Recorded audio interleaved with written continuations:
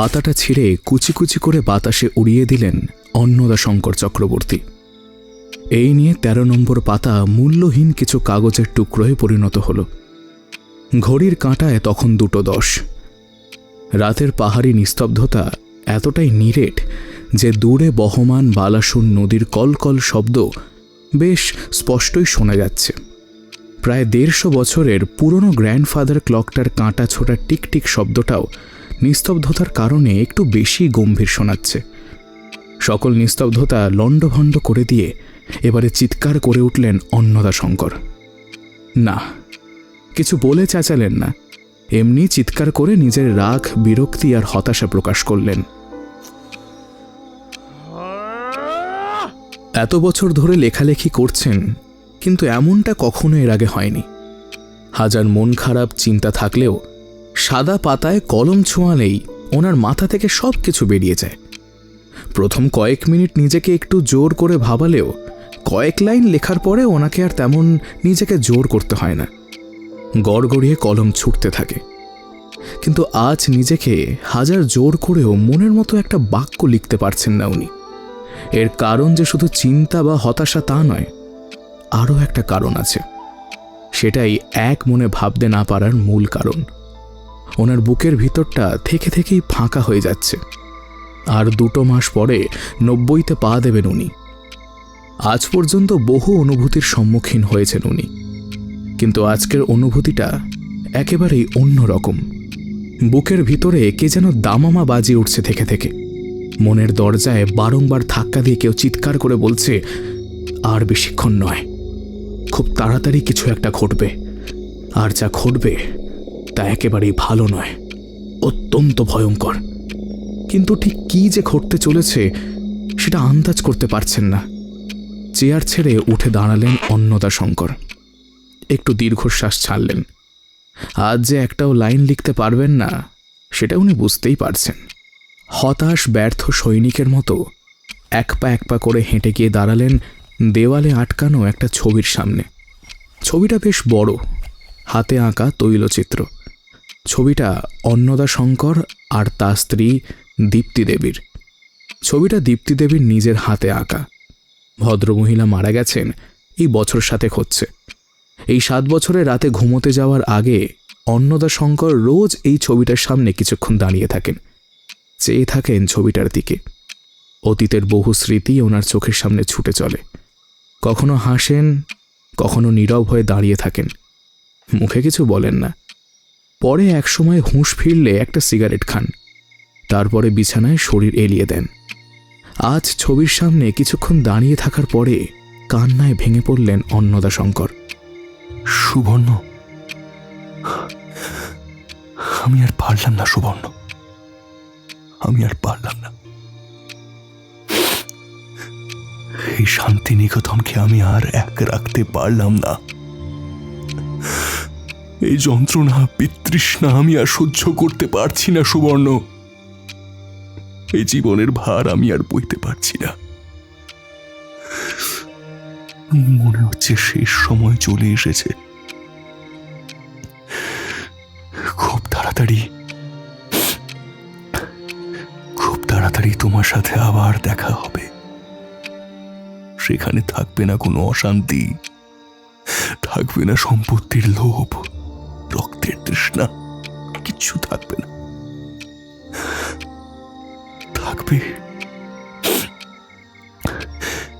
থাকবে শুধুই শান্তি। বিশ্বাস করো, এখন রোজ রাতে সেই দিনটার অপেক্ষা করি, কবে ভগবান আমাকে এই পাপের সংসার ত্যাগ করার অনুমতি দেবেন। এই জ্বালা আমি আর সহ্য করতে পারছি না। অন্নদাশঙ্কর মাথা নিচু করে কিছুক্ষণ দাঁড়িয়ে রইলেন। তারপরে ধীরে ধীরে সেখান থেকে সরে গিয়ে দাঁড়ালেন বারান্দায়। বাইরে এখন ডিসেম্বরের হাড় কাঁপানো শীত। পাহাড়ি দমকা হাওয়া কাঁচের টুকরোর মতো এসে বিঁধছে গায়ে। কিন্তু অন্নদাশঙ্কর যেন সেসব টেরই পাচ্ছেন না। আসলে ওনার বুকের ভিতরে যে আগুন জ্বলছে তার উত্তাপের কাছে এই ঠান্ডা কিছুই নয়। এই অন্তর্দহনের পালা যে আর কতদিন চলবে সেটাই রোজ রাতে শোয়ার আগে সিগারেটে টান দিতে দিতে ভাবেন উনি। ঘড়ি, কলম, সিগারেট এসবের প্রতি অন্নদাশঙ্কর আজীবনই খুব শৌখিন। উনি আবার রেডিমেড সিগারেট খান না, নিজের হাতে তৈরি করে খান। আর একটা বিশেষ তামাক ছাড়া উনি খান না কিছু। তামাকটা আসে সুদূর ব্রাজিল থেকে, দামও বেজায় বেশি, কিন্তু এই তামাক ছাড়া ওনার আর কিছুই খেতে ভালো লাগে না। যাই হোক, সিগারেট বানিয়ে সেটাই অগ্নিসংযোগ করলেন অন্নদাশঙ্কর। পরপর বেশ কয়েকটা বড় বড় টান দিলেন উনি। মিষ্টি কিন্তু কড়া গন্ধযুক্ত ধোঁয়া ছড়িয়ে দিলেন রাতের বাতাসে। দমকা বাতাস অবশ্য সেই ধোঁয়ার দলা মুহূর্তের মধ্যে নিয়ে চলে গেল। অন্নদাশঙ্করের বুক থেকে একটা দীর্ঘশ্বাস উঠে এলো। কিছুক্ষণ দাঁড়িয়ে সিগারেট শেষ করে অন্নদাশঙ্কর ফিরে এলেন। গায়ে জড়ানো চাদর খুলে বিছানায় উঠে কম্বলের তলায় সেঁধিয়ে গেলেন উনি। আজ শরীরটা বড্ড হালকা লাগছে তার। দু চোখের পাতাও খুব ভারী হয়ে আসছে। আর বেশিক্ষণ চোখ খুলে থাকতে পারলেন না উনি। ধীরে ধীরে গভীর নিদ্রায় তলিয়ে গেলেন।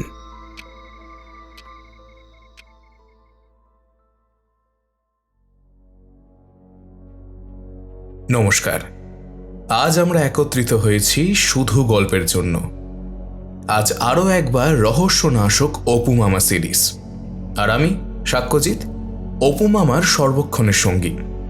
এবার থেকে প্রতি মাসে একটি করে অপু মামার গল্প আপনারা শুনতে পাবেন শুধু গল্পের জন্য ইউটিউব চ্যানেলে। অপু মামার চরিত্রে থাকছেন রাজা ভট্টাচার্য। শুরু হচ্ছে আজকের গল্প, সাগর ঘোষের কলমে ঘুণ পোকাদের বাড়ি।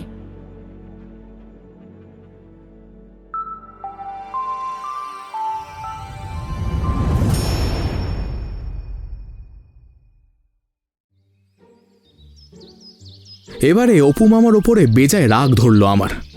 তুমি এখানে আদৌ কি করতে এসেছো বলো তো একটু? অপু মামা কিন্তু আমার বিরক্তিটা বিন্দুমাত্র খেয়াল করলো না। ক্যামেরায় চোখ লাগিয়েই বলল, কেন, ঘুরতে এসেছি। তোকে তো অনেক আগেই বলে রেখেছিলাম। আর সেটা তো আমিও জানি যে এখানে আমরা ঘুরতে এসেছি, কিন্তু এখানে আসার পর থেকে তোমার হাব ভাব দেখে তো সেটা মনে হচ্ছে না আমার। কেন রে?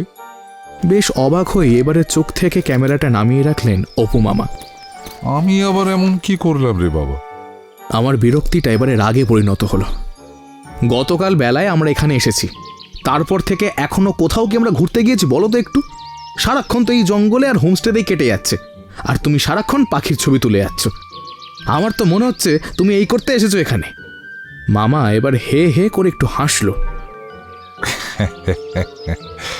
তা উত্তরবঙ্গের এমন একটা অফবিট জায়গায় এসে আর কি করবি শুনি? আমার গাটা জ্বলে গেল একেবারে। বললাম, কেন, এখানে কি দেখার মতোই জঙ্গল ছাড়ার কিছু নেই? সত্যি কথা বলতে এখানে জঙ্গল, চা বাগান আর নদী ছাড়া দেখার মতো তেমন কিছু নেই। না, কাছাকাছি কয়েকটা মনেস্ট্রি আছে, সেগুলো চাইলে তুই গিয়ে দেখে আসতে পারিস। কেন, তুমি যাবে না? আমার সব দেখা, তুই যা না, কাছেই। তেমন হলে বিমলকে বলে দিচ্ছি, ও তোকে ঘুরিয়ে সব দেখিয়ে দেবে। এ সত্যি করে বলো তো, এখানে ঠিক কি করতে এসেছো তুমি? আরে বাবা, ঘুরতেই এসেছি, কিন্তু এই সময়টা হলো বার্ড ওয়াচারদের জন্য সুবর্ণ সময়। কত পরিযায়ী পাখি এখন উত্তরবঙ্গের জঙ্গলে জঙ্গলে ঘুরে বেড়ায় জানিস? কত রেয়ার পাখিও থাকে। অপু মামার আসল উদ্দেশ্যটা বুঝতে পেরে বেশ হতাশই হলাম, কিন্তু কিছু বললাম না। আসলে আমার এই মামাটি এমনিতে ভালো হলেও বিষয় যখন পাখির হয় তখন আর তার কিছুই খেয়াল হয় না। বুঝলাম কটা দিন আমাকে এইভাবেই কাটাতে হবে। তবে বুংকুলুং জায়গাটা কিন্তু মোটেও খারাপ নয়। এই দেখেছেন, কোথায় এসেছি সেটাই এখনো বলা হয়নি। আসলে আমরা এসেছি বুংকুলুংয়ে। কি অদ্ভুত নামটা না? হ্যাঁ, প্রথমবার শুনে আমারও কেমন যেন লেগেছিল, কিন্তু জায়গাটা খুব সুন্দর, এটা অস্বীকার করার কোনো জায়গা নেই। নদী, পাহাড়, জঙ্গল, নির্জনতা সব মিলিয়ে এক অসাধারণ সুন্দর জায়গা হচ্ছে এই বুংকুলুং। মিরিক থেকে প্রায় 15 কিলোমিটার দূরে এই স্বল্প পরিচিত পাহাড়ি গ্রামটি। দিন পাঁচেক আগে হঠাৎ একদিন মামা ফোন করে বলল, সাক্ষ্য, তৈরি থাকিস, খুব তাড়াতাড়ি বেরোবো। বেরোবো মানে কোথায় যাব? এই নতুন কেস পেলেন নাকি? ঘুরতে। ঘুরতে? কোথায়? বুকুলুং, দারুণ জায়গা। আগে কখনো নাম শুনেছিস? না, মানে কোথায় জায়গাটা? নর্থ বেঙ্গল, নদী পাহাড়ে ঘেরা দারুণ জায়গা। কোথাও ঘুরতে যাওয়ার কথা হলে আমি আর খুব একটা কিছু জানতে চাই না। আর অচেনা জায়গা হলে ইন্টারনেটে কোনো খোঁজাখুঁজিও করি না। কোনো জায়গার নতুনত্ব প্রথমবার সচক্ষে দেখার মজাটাই হচ্ছে আলাদা। আমার তো দারুণ লাগে। এবারেও তার অন্যথা করিনি। গতকাল একেবারে এখানে এসে সবটা দেখেছি। যদিও আমার মামার দৌলতে জায়গাটার সবটা দেখা হবে বলে তো মনে হচ্ছে না। যে হোমস্টেতে আমরা উঠেছি তার মালিকের কাছ থেকে জেনেছি এখানকার জঙ্গলে নাকি ট্রেকিং হয়। সে নিজেই আমাদের গাইড হবে বলেছিল। ঘড়ির কাঁটায় তখন 12:30। চল এবার ফেরা যাক, খুব খিদে পাচ্ছে। চলো, কিন্তু আমার একটা কথা আছে। দুপুরে আমরা ঘুরতে যাব, কিন্তু এমন শুধু জঙ্গলে ঘুরে বেড়াতে আমার একেবারে ভালো লাগছে না। ওই কি মনেস্ট্রি টনেস্ট্রি আছে বললে, ওই সব দেখবক্ষণ। আচ্ছা, ঠিক আছে ঠিক আছে, এবার ঘোরাঘুরি হবে, ট্রেকিংও করব, আমার কাজ হয়ে গেছে। কথাটা শুনে যথেষ্ট বয়স হয়েছে বলে আর হাততালি দিয়ে নাচলাম না, কিন্তু ভেতর থেকে তেমনই অনুভব করলাম। কিন্তু হোমস্টেতে ফিরে খাওয়া দাওয়া সারার পরে সব যেন বদলে গেল। তখন ঘড়িতে ঠিক 2টো বাজে। খাওয়া দাওয়া সেরে আমি আর মামা হোমস্টের সামনের বাগানে বসে আছি। বাগানটায় বসলে দারুণ দৃশ্য দেখা যায়। দূরে নীলচে পাহাড়ের সারি আর সামনে সবুজ জঙ্গল। অভূতপূর্ব এক মেলবন্ধন যেন। আমি আর অপু মামা সেই দৃশ্যই উপভোগ করছিলাম। এমন সময় হঠাৎ বিমলদা এসে হাজির হলো। মজুমদার সাহেব, আপনার সাথে একজন বাবু দেখা করতে এসছেন। অপু মামা বেশ অবাকই হলো, সাথে আমিও। বঙ্কুলুঙে কে অপু মামাকে খুঁজতে আসবে, আর কেনই বা আসবে সেটাই তো বুঝতে পারলাম না। সবচেয়ে বড় কথা, মামা যে এখানে আছে সেটা কেউ জানবেই বা কেমন করে? কোনো নাম বলেছে? জি সাহেব বলেছেন অ্যাডভোকেট সুদীপ্ত গুপ্ত। অ্যাডভোকেট সুদীপ্ত গুপ্ত? এত তাড়াতাড়ি? এই কথাগুলো কানে আসতেই আমার কপালের ভাঁজগুলো বিস্ময়ের সাথে পাল্লা দিয়ে আরও গভীর হলো। এই বীরবিরানির অর্থ একটাই, অপু মামা ব্যক্তিকে চেনে এবং তিনি যে আসবেন সেটাও উনি জানতেন। মামার সাথে অনেক মানুষই দেখা করতে আসে, ব্যাপারটা খুবই সাধারণ। কিন্তু ঘুরতে এসে ব্যাপারটা আমার হিসেবের বাইরে বলেই হয়তো রহস্যের তীব্র গন্ধটা পেলাম। তখনও বুঝিনি ওটা শুধুই আমার অনুমান নয়, ওটা ছিল আমার ষষ্ঠেন্দ্রিয়ের আগাম সতর্কবার্তা। ঠিক আছে, ওকে নিয়ে এসো। বিমলদা গিয়ে ভদ্রলোককে নিয়ে এলেন। বেশ সুদর্শন চেহারা, মধ্য উচ্চতার ফর্সা ব্যক্তির বয়স দেখে মনে হলো 40-এর আশেপাশেই হবে। মাথার ঘন কালো চুল সুন্দর করে আঁচড়ানো, মুখে দাড়ি গোফের লেশ মাত্র নেই। ব্যক্তিটির গোলাকার মুখে টিকালো নাকের ওপরে সোনালি রঙের হালকা ফ্রেমের চশমাটা বেশ ভালোই মানাচ্ছে। ভদ্রলোক এসে অপু মামাকে নমস্কার করলেন। আমি অ্যাডভোকেট সুদীপ্ত গুপ্ত, অন্নদাশঙ্কর বাবুর লিগ্যাল অ্যাডভাইজার। উনি... অ্যাডভোকেট গুপ্তকে শেষ করতে দিল না মামা। হ্যাঁ, আমি জানি, স্যার আমাকে আগেই বলেছিলেন, কিন্তু এত তাড়াতাড়ি এসব হবে সেটা ভাবতে পারিনি। যাই হোক, আপনি বসুন। বিমল, একটা কফির ব্যবস্থা করা যাবে? জি সাহেব, এখনই আনছি। বিমলদা চলে গেল।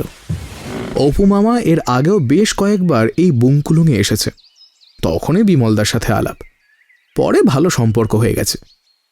বিমল গুরুং মানুষটা খুবই ভালো, আতিথেয়তার কোনো ত্রুটি পর্যন্ত রাখে না। স্যার কি মারা গেছেন? হ্যাঁ ডক্টর মজুমদার, স্বাভাবিক মৃত্যু নয়। তাহলে? খুন। এই একটা শব্দই আমার বুকের ভেতর ঘোড়া দৌড় শুরু করার জন্য যথেষ্ট। যে রহস্যের গন্ধটুকু পাচ্ছিলাম সেটাই হুট করে রহস্যের যৌতুগৃহে পরিণত হলো। আর অগ্নিস্ফুলিঙ্গের কাজটা করল অ্যাডভোকেট সুদীপ্ত গুপ্তর বলা ওই একটি মাত্র শব্দ, খুন। ডক্টর মজুমদার, খুন, নৃশংস হত্যা। অন্নদাশঙ্কর বাবুর বুকে পর পর 3 বার ছুরি মেরেছে খনি, সেখানেই থামেনি, মাথাও থেঁতলে দিয়েছে ভারী কিছু দিয়ে। কি বলছেন? It's all about the facts. যা ঘটেছে আমি তাই বলছি ডক্টর মজুমদার। অন্নদাশঙ্কর বাবু আমাকে বলেছিলেন ওনার যদি আকস্মিক মৃত্যু হয় তাহলে আমি যেন সেই মুহূর্তে আপনার সাথে যোগাযোগ করি। তা ঘটনাটা কখন ঘটেছে? পুলিশের আন্দাজ গতকাল মধ্যরাতে। তাহলে আপনি এত দেরি করলেন? আমি খবরটা পাওয়ার সাথে সাথেই আপনার সাথে যোগাযোগ করার চেষ্টা করেছিলাম, কিন্তু আপনাকে ফোনে পাইনি। এখানে এমনিতেই নেটওয়ার্কের খুব সমস্যা থাকে, তাই একেবারে চলেই এলাম। শিলিগুড়ি থেকে আসতে যে সময়টা লেগেছে সেইটুকু দেরি হয়েছে আমার। ও আচ্ছা, হ্যাঁ ঠিকই বলেছেন, আমাদের এখানে সত্যিই নেটওয়ার্কের খুব সমস্যা। তা বডি নিশ্চয়ই এতক্ষণে পুলিশ নিয়ে চলে গেছে? হ্যাঁ, অন্নদাশঙ্কর বাবু এখানে যথেষ্ট নামী এবং সম্মানীয় ব্যক্তি। লেখক ছাড়াও সমাজকর্মী হিসাবেও ওনার বেশ নামডাক আছে, তাই পুলিশ ব্যাপারটা গুরুত্ব দিয়েই দেখছে। কিন্তু তাতে আপনার কাজের কোনো সমস্যা হবে না, আপনি সম্পূর্ণ স্বাধীনভাবে তদন্ত করতে পারবেন। অন্নদাশঙ্করবাবু একেবারে লিগ্যালি সমস্ত পেপার তৈরি করেই রেখেছেন, আর আপনার অ্যাডভান্সটাও। এটা আপনি ভুল করছেন অ্যাডভোকেট গুপ্ত। আমি টাকার জন্য রহস্যের তদন্ত করি না। আমার একটা পেশা আছে, সেটা নিয়েই আমি খুশি। জটিল রহস্যের তদন্ত করা আমার নেশা, হবি। নিজের বুদ্ধির ধার মাঝে মাঝে পরীক্ষা করে দেখা উচিত। রহস্য অনুসন্ধান আমাকে সেই কাজটা করতেই সাহায্য করে। ধার কমে গেলে নতুন করে ধার দিয়েও নেওয়া হয়। কিন্তু অন্নদাশঙ্কর বাবুই। বিমলদা এসে 3 কাপ কফি রেখে গেল। একটা কাপ অ্যাডভোকেট গুপ্তর দিকে এগিয়ে দিয়ে নিজে একটা তুলে নিয়ে অপু মামা বলল, ওসব কথা এখন থাক অ্যাডভোকেট গুপ্ত, কাজের কথাগুলোই আগে সেরে নেওয়া যাক। নিশ্চয়ই, বলুন কি জানতে চান। স্যার আমাকে চিঠিতে অতি সংক্ষেপে বলেছিলেন, তাতে কিছু বোঝা সম্ভব নয়। উনি শুধু লিখেছিলেন ওর ধারণা খুব তাড়াতাড়ি ওর ওপরে আক্রমণ হতে পারে এবং সেটা হলে প্রাণঘাতী হবে। আমি যেন খবর পাওয়ার সঙ্গে সঙ্গে কেসটার তদন্তভার হাতে নিই। এর বেশি তেমন কিছুই উনি লেখেননি। আপনি যদি ব্যাপারটা একটু ক্লিয়ার করে বলেন তাহলে আমার খুব সুবিধে হয়। দেখুন, সত্যি বলতে আমিও যে সবটা ভালো করে জানি তা নয়। আমি অন্নদাশঙ্কর বাবুর লিগ্যাল অ্যাডভাইজার হিসাবে আছি এই বছর 2 হলো। এর আগে আমার সিনিয়র ব্যারিস্টার মণিভূষণ দত্ত ছিলেন ওনার লিগ্যাল অ্যাডভাইজার। তিনি মারা যাবার পরে আমাকে উনি নিয়োগ করেন। অন্নদাশঙ্কর বাবুকে আপনি ঠিক কতটা চেনেন আমি জানি না, তবে আমি এই 2 বছরে ওনাকে যতটা চিনেছি সেই অভিজ্ঞতা দিয়ে বলতে পারি মানুষটা যেমন ভদ্র ও শান্ত ছিলেন তেমনই ছিলেন চাপা স্বভাবের।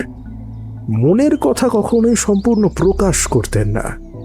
ওনার পরিবারে যে একটা সমস্যা চলছে সেটা আমি বুঝতে পারতাম ডেফিনেটলি, কিন্তু ওই যে বললাম ওনার পেট থেকে কথা বার করা এক কথায় অসম্ভব ছিল। তাছাড়া সেটা আমার অধিকারের বাইরে, আমি তেমনভাবে জানার চেষ্টা কখনো করিনি। তবে হ্যাঁ, ওনার একটা ধারণা জন্মেছিল যে উনি আর বেশি দিন বাঁচবেন না। এটা উনি নিজে আপনাকে বলেছিলেন? ইয়াস। কবে বলেছিলেন? শেষ 1 মাসে বেশ কয়েকবারই বলেছিলেন। স্যারের বাড়িতে কে কে আছেন? চক্রবর্তী বাড়ির মোট সদস্য সংখ্যা ছিল 13। অন্নদাশঙ্কর বাবুর 3 ছেলে, বিজয় শঙ্কর, অজয় শঙ্কর আর জয় শঙ্কর। 3 জনেই বিবাহিত। বিজয় শঙ্করের 1 ছেলে 1 মেয়ে। অজয় শঙ্কর আর জয় শঙ্করের একটি করে ছেলে আছে। আর আছেন অন্নদাশঙ্কর বাবুর ছোট ভাইয়ের স্ত্রী সারদা দেবী, ওনার 1 ছেলে অনন্ত। এই মোট 13 জনের পরিবার, এখন 12 জন। এছাড়া 2টো ড্রাইভার আছে, 2টো সিকিউরিটি গার্ড, 1 জন রান্নার লোক আর 3 জন চাকর। আর আছে অন্নদাবাবুর প্রাইভেট সেক্রেটারি সোহিনী রায়। বাপরে, বিশাল পরিবার তো। তাহা এখনকার দিনে বিশালই বটে।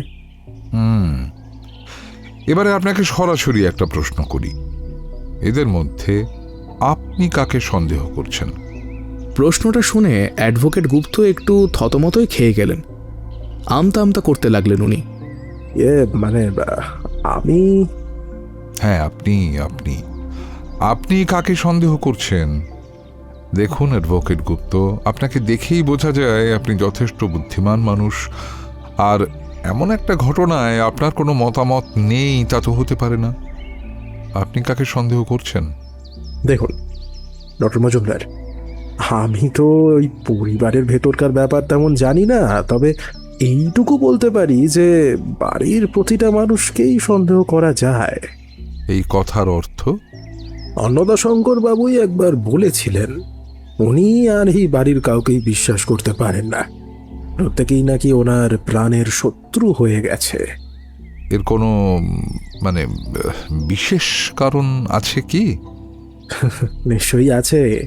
অন্নদাশঙ্কর বাবু কারণ ছাড়া কোনো কাজ করতেনও না, কোনো কথা বলতেনও না। ওনার বাড়িতেও ঝামেলা চলছিল, মূল সম্পত্তির ভাগাভাগি নিয়েই ঝামেলাটা চলছিল। সম্পত্তি কি ভাগাভাগি করা নেই? না, অন্তত বা অন্নদাশঙ্কর বাবুর উইল অনুযায়ী ওনার মৃত্যুর আগে পর্যন্ত সম্পত্তির কোনো ভাগাভাগি হবে না। আর একটা কথা আপনাকে বলতে চাই, অন্নদাশঙ্কর বাবু গত পরশু পুরনো উইল চেঞ্জ করে একটা নতুন উইল করেছিলেন। সেখানে বলা হয়েছে ওনার মৃত্যুর পেছনে যদি পরিবারের কারোর বিন্দু মাত্র হাত থাকে তাহলে সে সম্পত্তির ভাগ পাবে না। এই উইলটার কথা কিন্তু বাড়ির কেউ জানে না। উইলটা আমি সাথে করে এনেছি, আমি চাই ওটা আপনার কাছেই থাক। অ্যাডভোকেট গুপ্ত সুটকেস খুলে একটা উইল পেপার এগিয়ে দিলেন অপু মামার দিকে।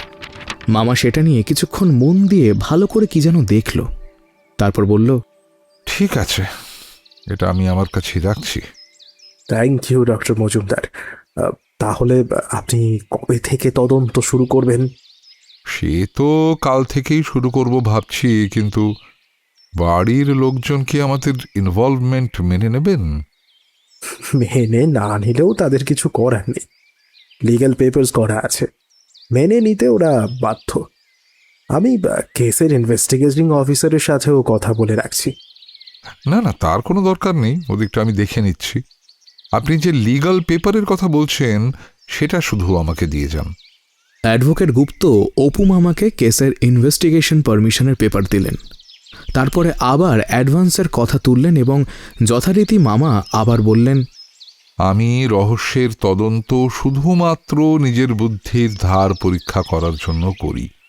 আর তাছাড়া অন্নদাশঙ্কর চক্রবর্তী আমার শিক্ষক ছিলেন, তাঁর মার্ডার কেস তদন্ত করার জন্য আমি টাকা নিতে পারবো না। ও আরেকটা কথা, চক্রবর্তী বাড়ির সকলকে জানিয়ে দেবেন আমি আর সাক্ষ্য কাল থেকে কেসের সমাধানের আগে পর্যন্ত ওই বাড়িতেই থাকব। ওকে ডক্টর মজুমদার, আমি সব ব্যবস্থা করে রাখছি, কোনো সমস্যা হবে না। এরপরে আরও মিনিট কুড়ি কথা হলো। তারপরে অ্যাডভোকেট গুপ্ত আমাদের বিদায় জানিয়ে চলে গেলেন। এবারে আমি অপু মামাকে চেপে ধরলাম। প্রতিবার এটা কিন্তু ঠিক হচ্ছে না মামা। আমার এই প্রায় 6 ফুটের লম্বা চওড়া মামাটির ব্যক্তিত্বের বৈচিত্র্য দেখলে অবাকই হতে হয়। মানুষটা যখন ইয়ার্কি ঠাট্টা করে তখন একরকম থাকেন, আবার যখন কোনো পাখির খোঁজে থাকে বা পড়াশোনা করে তখন আবার অন্য রকম, আবার যখন কোনো রহস্য নিয়ে মাথা ঘামায় তখন সম্পূর্ণ অন্য মানুষ হয়ে যান তিনি। এছাড়াও আরও অনেকভাবেই আছে লোকটার মধ্যে। ব্যাপারটা হচ্ছে প্রতিটা অবস্থায় মানুষটা সম্পূর্ণ বদলে যায়। মুখ বাদ দিয়ে ওর চাল চলন কথাবার্তায় কোনো আর মিল থাকে না। অ্যাডভোকেট গুপ্ত চলে যাওয়ার পরে অপু মামা একেবারে গম্ভীর হয়ে গিয়েছিল। এক দৃষ্টে দূরের নীলচে পাহাড় সারির দিকে তাকিয়ে গুরুগম্ভীর মুখে কিছু একটা ভাবছিল যেন। আমার কথাগুলো কানে যেতে তার হুঁশ ফিরল। আমার দিকে কিছুক্ষণ চুপ করে তাকিয়ে রইল মামা। তারপরে হঠাৎ একগাল হেসে বলল, আরে তুই তো জানিস তোকে সারপ্রাইজ দিতে আমার আজীবনই খুব ভালো লাগে। এই তোর মুখের ভাবটা ঠিক যেমন হয় সেটা দেখতে আমার বেশ ভালো লাগে। সেই ছোট্ট সাক্ষ্যটার কথা মনে পড়ে যায়। তখনও তোকে সারপ্রাইজ দিলে তোর মুখটা ঠিক এমনই হয়ে যেত। সেটা কি তুই জানিস? এর মানে জয়পুরের মতো এটাও স্রেফ ঘুরতে আসা ছিল না কি, তাই তো? এখন তো তুই অনেকটা জেনেই গেছিস, বলতে আর সমস্যা নেই। তুই একদম ঠিক ধরেছিস, এটা শুধু ঘুরতে আসা ছিল না। তবে হ্যাঁ, এখানে যে একটা খুন হয়ে যাবে তাও আমরা আসার ঠিক পরেই, সেটা ভাবতে পারিনি। এবার একটু খুলে বলো তো মামা, এই অন্নদা শঙ্কর চক্রবর্তীর সাথে তোমার সম্পর্কটা ঠিক কি? বললে তো শিক্ষক ছিলেন, তোমার শিক্ষক মানে তো অনেক বয়স হবে। আর সবচেয়ে বড় কথা, এই চিঠির ব্যাপারটাই বা কি? বাপ রে বাপ, সেই একই রয়ে গেলি তুই, একসঙ্গে হাজারটা প্রশ্ন করবি। আচ্ছা শোন, এক এক করে সংক্ষিপ্ত উত্তর দিচ্ছি। অন্নদা শঙ্কর চক্রবর্তী ছিলেন আমার স্কুল জীবনের শিক্ষক। আমাদের স্কুলের সবচেয়ে জনপ্রিয় শিক্ষক ছিলেন উনি। কিন্তু অদ্ভুত ব্যাপার কি জানিস, মানুষটা খুব কম কথা বলতেন, কিন্তু যেটুকু বলতেন সেটুকুই আশেপাশের মানুষকে আকৃষ্ট করার জন্য যথেষ্ট। উনি বাংলা পড়াতেন, কিন্তু প্রায় সকল বিষয়েই অসাধারণ পাণ্ডিত্য ছিল। লেখালেখি উনি অনেক আগে থেকেই করতেন, তোর জানার কথা নয়, কারণ উনি মূলত ভক্তিমূলক লেখালেখি করতেন। এসব বই তো আবার তোর বুকশেলফে একটাও নেই। যাই হোক, স্কুল পাশ করার পরে কয়েক বছর স্যারের সঙ্গে আমাদের যোগাযোগ ছিল, কিন্তু তারপর ওর সঙ্গে আমাদের আর কারো কোনো যোগাযোগ ছিল না। এই বছর দুয়েক আগে এখানে এসে হঠাৎ একদিন ওর সঙ্গে দেখা হয়ে গেল। স্যার আসলে এখানকারই মানুষ, কলেজ জীবন থেকে কলকাতায় থাকতেন। অবসরপ্রাপ্ত হলে সস্ত্রীক এখানে চলে আসেন, তাই আর কারো সঙ্গে কোনো যোগাযোগ ছিল না। এরপর থেকে স্যারের সঙ্গে আমার চিঠিতে যোগাযোগ ছিল। তাছাড়া মাঝে বেশ কয়েকবার এখানে এসেছি নানান কাজে, তখনও স্যারের সঙ্গে দেখা করে গিয়েছি। সব ঠিকঠাকই ছিল, বুঝলি সাক্ষ্য। সমস্যাটা হলো এই এক সপ্তাহ আগে হঠাৎ স্যারের একটা চিঠি পেলাম। চিঠিটা তোকে পরে দেখাচ্ছি, আপাতত সারমর্মটুকু শোন। স্যারের ধারণা তাঁর জীবন সংকটাপন্ন। চিঠিটা পড়লে বুঝতে পারবি উনি যে খুন হবেন সে ব্যাপারে একেবারে 100% নিশ্চিত ছিলেন। আমার দায়িত্ব এরপর থেকে শুরু হচ্ছে। খুনি কে সেটা খুঁজে বের করা এবং তার যথাযোগ্য শাস্তির ব্যবস্থা করা। রহস্যের এমন তীব্র গন্ধ পেয়ে আমার সকল অভিমান এমনিতেই কেটে গিয়েছিল। সবটা শুনে বললাম, বুঝলাম, কিন্তু উনি যদি এতটাই প্রেডিক্ট করে থাকেন তাহলে আগে ভাগে অ্যাকশন নিলেন না কেন? পুলিশকেও তো জানাতে পারতেন, সেসব কেন করলেন না উনি? এই প্রশ্নটা আমাকেও ভাবাচ্ছে রে সাক্ষ্য। তখনই একটা চিঠি পাঠিয়ে স্যারকে জিজ্ঞাসা করব ভেবেছিলাম, কিন্তু স্যারের চিঠিটা পড়ে আমার মনে হয়েছিল এখানে এসে ওর সঙ্গে মুখোমুখি কথা বলাই ঠিক হবে। তাই তো সব কাজ ফেলে তোকে নিয়ে তড়িঘড়ি চলে এলাম, কিন্তু এখন দেখছি দেরি করে ফেলেছি। কেসটা তুমি প্রসিড করবে কিভাবে? সেটা তো এখনই আমার পক্ষে বলা সম্ভব নয়। কোনো স্ট্রাকচার তৈরি করে তদন্তে নামার মতো তথ্য হাতে নেই। একমাত্র পথ ওখানে গিয়ে বাড়ির সকলের সঙ্গে কথা বলে তারপর এগোনো। আপাতত চল, এসব ভেবে কাজ নেই, আমরা বেরিয়ে পড়ি। বেরিয়ে পড়বো মানে? আরে কোথায় যাব? যা বাবা, এই তো জঙ্গলে থাকার সময় বললি আশপাশটা ঘুরে দেখবি, তো চল। অলরেডি 3:30 বাজে, কাল থেকে আর ঘোরাঘুরির কোনো সুযোগ পাবি কি না জানি না। বুঝলাম, অপু মামা কেস নিয়ে আর কোনো কথাই বলবে না। অগত্যা আমিও বাধ্য ছেলের মতো ঘরে গিয়ে ড্রেস চেঞ্জ করে রেডি হয়ে নিলাম। তারপরে আমরা বেরিয়ে পড়লাম। হোমস্টে ছেড়ে কিছুটা গিয়ে রাস্তায় উঠতেই আমাদের মোবাইলের নেটওয়ার্কটাও ফিরে এলো। অপু মামা সাথে সাথে একটা ফোন করলেন। উল্টো দিকের কথাগুলো শুনতে না পেলেও মামার কথা শুনে বুঝলাম যে কোনো পুলিশের কর্তাতুল্য ব্যক্তির সাথে উনি কথা বলছেন। ব্যক্তির নাম কনিষ্ক। হ্যালো হ্যালো কনিষ্ক, এই আমি অপরাজিত বলছি রে। কেমন আছিস? এই তো ভাই, আমারও চলে যাচ্ছে। আরে না না, তেমন কিছু না, একটা দরকারে তোকে ফোন করেছি ভাই, এই সাহায্যটা করতেই হবে। বুকুলুঙের চক্রবর্তী বাড়িতে অন্নদা শঙ্কর চক্রবর্তী গতকাল রাতে খুন হয়েছেন। উনি 1 সপ্তাহ আগে আমাকে একটা চিঠি পাঠিয়ে বলেছিলেন এমন কিছু হলে কেসটা যেন আমি হ্যান্ডেল করি। আমার কাছে অনুমতিপত্রও আছে। তুই যদি কাইন্ডলি ইনভেস্টিগেটিং অফিসারকে আমার কথা বলে দিস তাহলে খুব ভালো হয় রে। ও আচ্ছা, থ্যাংক ইউ ভেরি মাচ ভাই। হ্যাঁ, আমি কাল থেকেই তদন্তে নেমে পড়ব। ঠিক আছে, হ্যাঁ। আর আমি বকুলুঙেই আছি, এসব মিটলে ফেরার আগে তোর সঙ্গে দেখা করে যাব। কতদিন একসঙ্গে আড্ডা দেওয়া হয়নি বলতো। তুই এই ব্যবস্থাটা একটু প্লিজ করে দে। Okay, thank you, bye bye bye bye, পরে কথা হচ্ছে। অপু মামা মোবাইলটা পকেটে ঢোকালেই আমি জিজ্ঞাসা করলাম, কাকে ফোন করেছিলে? কনিষ্ক বর্মন, আমার কলেজ জীবনের বন্ধু, এখন দার্জিলিং পুলিশ রেঞ্জের দায়িত্বে রয়েছে। ও বলে দিলে ইনভেস্টিগেশনে আমাদের আর কোনো সমস্যাই হবে না। পুলিশের সাহায্যটাও আরামসে পাওয়া যাবে, বুঝলি? এরপরে আমরা দুজনেই আশপাশটা ঘুরে দেখলাম। কেসটা নিয়ে আর কোনো কথা হলো না। তবে আমি দেখলাম যে অপু মামা থেকে থেকেই চিন্তিত হয়ে পড়ছিল। বুঝতে পারছিলাম যে ও একটু একটু করে কেসটার মধ্যে ঢুকতে শুরু করে দিয়েছে।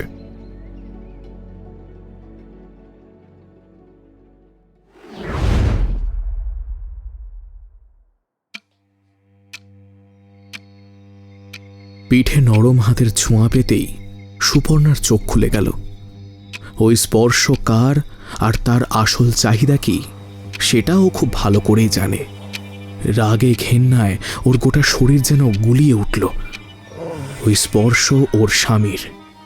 কোনো দম্পতির মধ্যে মধ্যরাতে এই উত্তেজনাময় আদুরে ছোঁয়া খুবই স্বাভাবিক একটা ব্যাপার, কিন্তু সুপর্ণার ক্ষেত্রে ব্যাপারটা বছর দেড়েক আগে পর্যন্ত খুবই স্বাভাবিক ছিল। কিন্তু এখন ব্যাপারটা ওর অস্বস্তি আর রাগ বাড়ানো ছাড়া কিচ্ছু করে না। আর দিনের পর দিন রাগটা জমতে জমতে এখন বিশাল একটা পাহাড়ের রূপ ধারণ করেছে। হাতটা কিছুক্ষণ সুপর্ণার পিঠে ছোটাছুটি করল। সুপর্ণা সহ্য করে নিয়ে ঘুমানোর ভান করে চুপচাপ পড়ে রইল। কিন্তু হাতটা যেই ওর পিঠ ছেড়ে ধীরে ধীরে ওর বুকের দিকে এগোলো, তখন ও আর সহ্য করতে পারল না সেটা। ওর ভিতরকার রাগের আগ্নেয়গিরিতে বিস্ফোরণ ঘটল যেন। এক ঝটকায় বেশ কিছুটা সরে গিয়ে উঠে বসল ও। হাত বাড়িয়ে নাইট ল্যাম্পটা জ্বালালো। অন্ধকার ঘর মুহূর্তের মধ্যে নরম হলুদ আলোয় ভরে উঠল। ভালো কথাই বলে দিচ্ছি, আমাকে একদম ডিস্টার্ব করবে না। তোমার মুখ দেখতেও না আমার ঘেন্না করে, আর তোমার ছোঁয়া লাগলে মনে হয় আমার চামড়াগুলো একেবারে জ্বলে যাচ্ছে। হ্যাঁ, সে তো হবেই। স্বামীর ছোঁয়ায় তোমার শরীর তো জ্বলে যাবেই। অন্য নাগররা ছোঁয়ে কিন্তু তোমার বেশ ভালোই লাগে, কি তাই না? এই তো তোমার চরিত্র। কটা ব্যঙ্গের হাসি হাসল সুপর্ণা। আমার চরিত্রের ওপর আঙুল তোলার আগে নিজের চরিত্রটা দেখো। কি ভেবেছো? হ্যাঁ, আমি কিচ্ছু জানি না। 1.5টা বছর হতে চললো, সবটা জেনেও চুপ করে আছি কেন জানো? শুধুমাত্র আমার ছেলেটার মুখ চেয়ে আর এই পরিবারের সম্মানের কথা ভেবে। খুব দেখি এই পরিমাণের সম্মানের চিন্তা। এদিকে নিজে যখন বেশ্যাবৃত্তি করে বেড়াস তখন তখন সম্মানের কথা মনে থাকে না? 1.5 বছর ধরে আমিও চুপ করেই আছি, কিচ্ছু জানি না ভেবেছিস? ঘরে বাইরে যেখানে পেরেছিস একটা করে তো নাগর পুষে রেখেছিস, না জানি আরো কত জায়গায় কটা। মুখ সামলে কথা বলো, ভুলে যেও না আমি তোমার বিবাহিতা স্ত্রী। বিবাহিত স্ত্রী? স্ত্রী হওয়ার কোন দায়িত্বটা পালন করছিস?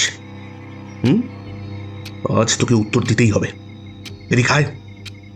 লোকটা এবারে সুপর্ণার চুলের মুঠি চেপে ধরে নিজের কাছে টেনে আনলো। অন্য হাতে সুপর্ণার আঁচল ধরে টান দিল সে।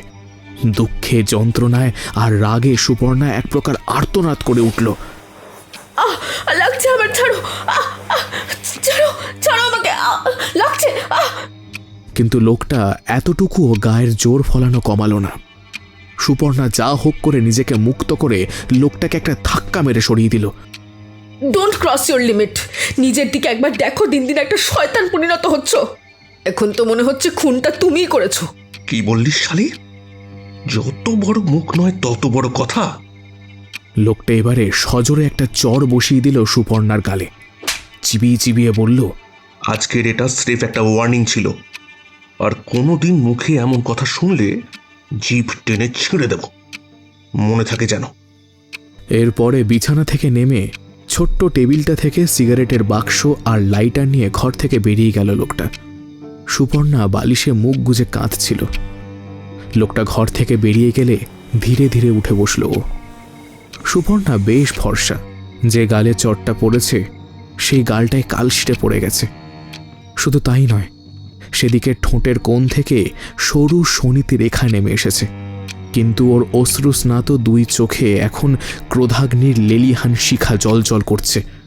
সুপর্ণা প্রথমে অবিন্যস্ত শাড়ির আঁচল দিয়ে নিজের দু চোখ মুছল, তারপরে ঠোঁটের কোণ থেকে নেমে আসা রক্তের রেখাটা মুছল। মুহূর্তের মধ্যে ওর দু চোখের আগুন কয়েক গুণ প্রখর হয়ে উঠল যেন। রাগে ফুঁসতে ফুঁসতে বিড়বিড় করে ও শুধু বলল, আর নয়, অনেক হচ্ছে, অনেক হচ্ছে।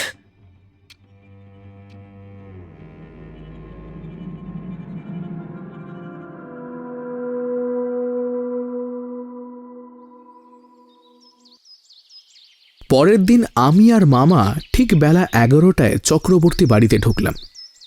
আমাদের সাথে অ্যাডভোকেট গুপ্ত আর অফিসার আসিফ আহমেদও ছিল। অফিসার আহমেদ কেসটার ইনভেস্টিগেটিং অফিসার। এখানে বলে রাখি, বছর 35-এর অফিসার আহমেদ আমাদের সাথে প্রথম আলাপেই জানিয়ে দিয়েছিলেন আমাদের তদন্ত করা নিয়ে তার কোনো সমস্যা নেই। উল্টে আমাদের সাথে কাজ করতে পেরে উনি অত্যন্ত খুশি। এর কিছুটা কৃতিত্ব আমারও পাওনা, কারণ আমাদের আগের কেসটা অপু মামার অনুমতি নিয়েই বেশ নামি একটা পত্রিকায় ছাপিয়েছিলাম, বা বলা ভালো পাঠিয়েছিলাম। লেখাটা মনোনীতও হয়। ছাপার পরে অল্প বিস্তর নামও কুড়িয়েছে, আর তার দৌলতেই আমাদের নামও কিছুটা ছড়িয়েছে। অফিসার আহমেদ জানালেন তিনিও সেই লেখা আগে পড়েছেন নাকি। যাই হোক, আসল কথা দিয়ে আসা যাক। দোতলা বাড়িটা দেখেই বোঝা যায় ওটার বয়স বেশ ভালোই হবে। একই সাথে খুব ভালোভাবে পরিচর্যার মধ্যে যে থাকে সেটাও ভালোভাবেই বোঝা যাচ্ছে। বিশাল সিংহদুয়ার পার করেই দুধারে সুদৃশ্য ফুলের বাগান, মাঝখানে চওড়া বাঁধানো পথ। বাড়ির ভিতরটাও একই রকমভাবে সুন্দর। চারিদিকে সুরুচি আর আভিজাত্যের ছাপ স্পষ্ট। বেশ কয়েকটা চিতা আর বাঘের স্টাফ করা মাথাও দেখতে পেলাম। অপু মামা আমার কানের কাছে মুখ এনে ফিসফিস করে বলল, ওই সব কটাই এই পরিবারের এক পূর্বপুরুষের স্বীকার করা।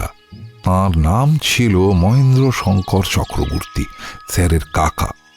বাড়ির প্রত্যেকেই উপস্থিত ছিলেন।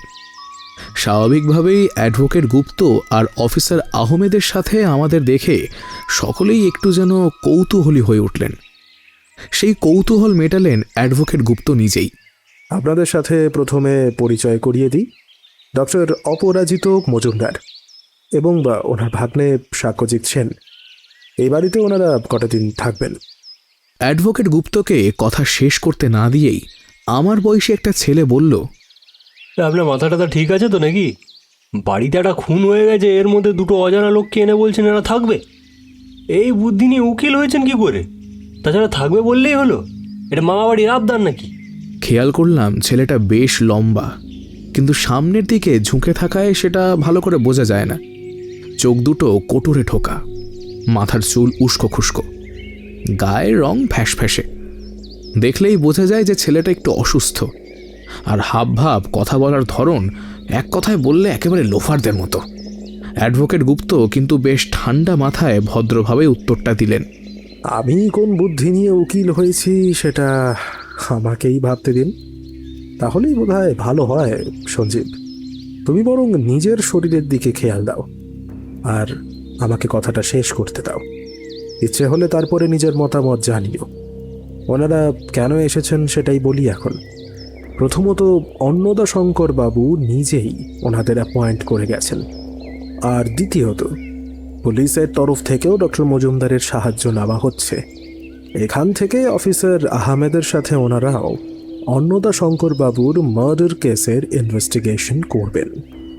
এবারে মধ্য 50-এর একজন মোটা সোটা গোলগাল লোক ব্যঙ্গের হাসি এসে বললেন, সঞ্জুর প্রশ্নটাই আমার করতে ইচ্ছা করছে অ্যাডভোকেট গুপ্ত। আপনি বললেই আমরা এই দুজন অচেনা লোককে এই বাড়িতে থাকতে দেব কেন? আর বাবা মারা যাওয়ার আগেই তার মার্ডার কেস তদন্ত করার জন্য একজোড়া গোয়েন্দা অ্যাপয়েন্ট করে গেছেন। এটা কেমন গল্পের মতো শোনাচ্ছে না? এ আপনাদের মতলবটা কি বলুন তো? এবারে কথা বলল স্বয়ং অপু মামা। মতলব তো একটাই, অন্নদা শঙ্কর চক্রবর্তীর মার্ডার কেসের সমাধান করা আর অপরাধীকে যোগ্য শাস্তি দেওয়া। কি বলতে চাইছেন আপনি? আমাদের খুনি বলছেন? একেবারেই না, আমি তো একবারের জন্যই বলিনি, কথাটা তো আপনি বললেন। আমি তদন্ত ছাড়া কোনো কথাই বলি না। আর হ্যাঁ, অ্যাডভোকেট গুপ্তর মুখের কথায় আপনাদের কিছু বিশ্বাস করতে হবে না। অন্নদা শঙ্কর বাবুর এবং অফিসার আহমেদের অনুমতিপত্র দুটোই আমাদের সঙ্গে রয়েছে, চাইলে আপনারা দেখতেই পারেন। অবশ্যই দেখতে চাই।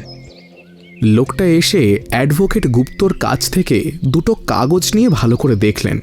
তারপরে কাগজ দুটো মধ্য 50-এর সেই গোলগাল ব্যক্তিকে দেখালেন তিনি। দুজনের মুখে বেশ কিছুটা মিল আছে দেখলাম, বোঝাই যাচ্ছে দুই ভাই। নিজেদের মধ্যে অল্পক্ষণ গুজগুজ করে কী সব কথা বললেন, তারপরে বললেন, ঠিক আছে, ওনারা ইনভেস্টিগেট করুন, কিন্তু এই বাড়িতে থাকার কোনো মানে হয় না। আপনাদের ভালো লাগুক আর নাই লাগুক, কেসটা শেষ হওয়া পর্যন্ত আমরা এখানেই থাকব। কেস ফাইল পড়ে যেটুকু বুঝেছি, রহস্যটার ভিত এই বাড়ির ভিতরেই আছে, তাই তদন্তের খাতিরেই আমাদের এখানে থাকতেই হবে। কিন্তু আর কোনো কিন্তু নেই মিস্টার চক্রবর্তী, ওনারা এখানেই থাকবেন। আর হ্যাঁ, ওনাদের যদি কোনো সমস্যা হয় বা ওনাদের যদি কোনো ক্ষতি হয়, তার সম্পূর্ণ দায়ভার কিন্তু এই বাড়ির প্রত্যেকের ওপরেই পড়বে। তেমন কিছু হলে পুলিশও কিন্তু সাথে সাথে অ্যাকশন নেবে, ওপর মহল থেকে তেমনই নির্দেশ আছে। এবারে বাড়ির সকলের চোখে মুখে একটা চিন্তার ছাপ পড়ল। বড় বসার ঘরটা হঠাৎ পিন পড়া নিস্তব্ধতায় ঢেকে গেল। নিস্তব্ধতা ভাঙলেন অ্যাডভোকেট গুপ্ত। ডক্টর মজুমদার, বাড়ির সকলের সাথে আপনাদের পরিচয় করিয়ে দিই। না অ্যাডভোকেট গুপ্ত, আপনি নয়, ওদের মুখ থেকেই ওদের পরিচয় জানতে চাই। আমরা কি ইন্টারভিউ দিতে এসেছি নাকি যে এক এক করে ইন্ট্রোডাকশন দিয়ে যাব? ধরে নিন তেমনই কিছু।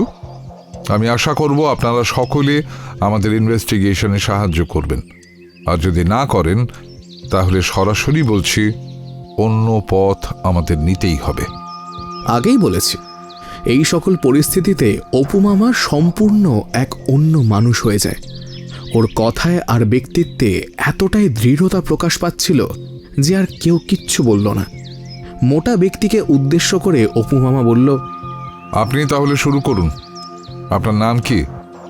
আর স্যারের সঙ্গে, মানে অন্নদা শঙ্কর বাবুর সঙ্গে আপনার সম্পর্কটা কি? লোকটা কিছুক্ষণ চুপচাপ অপু মামার দিকে জ্বলন্ত চোখে তাকিয়ে রইলেন।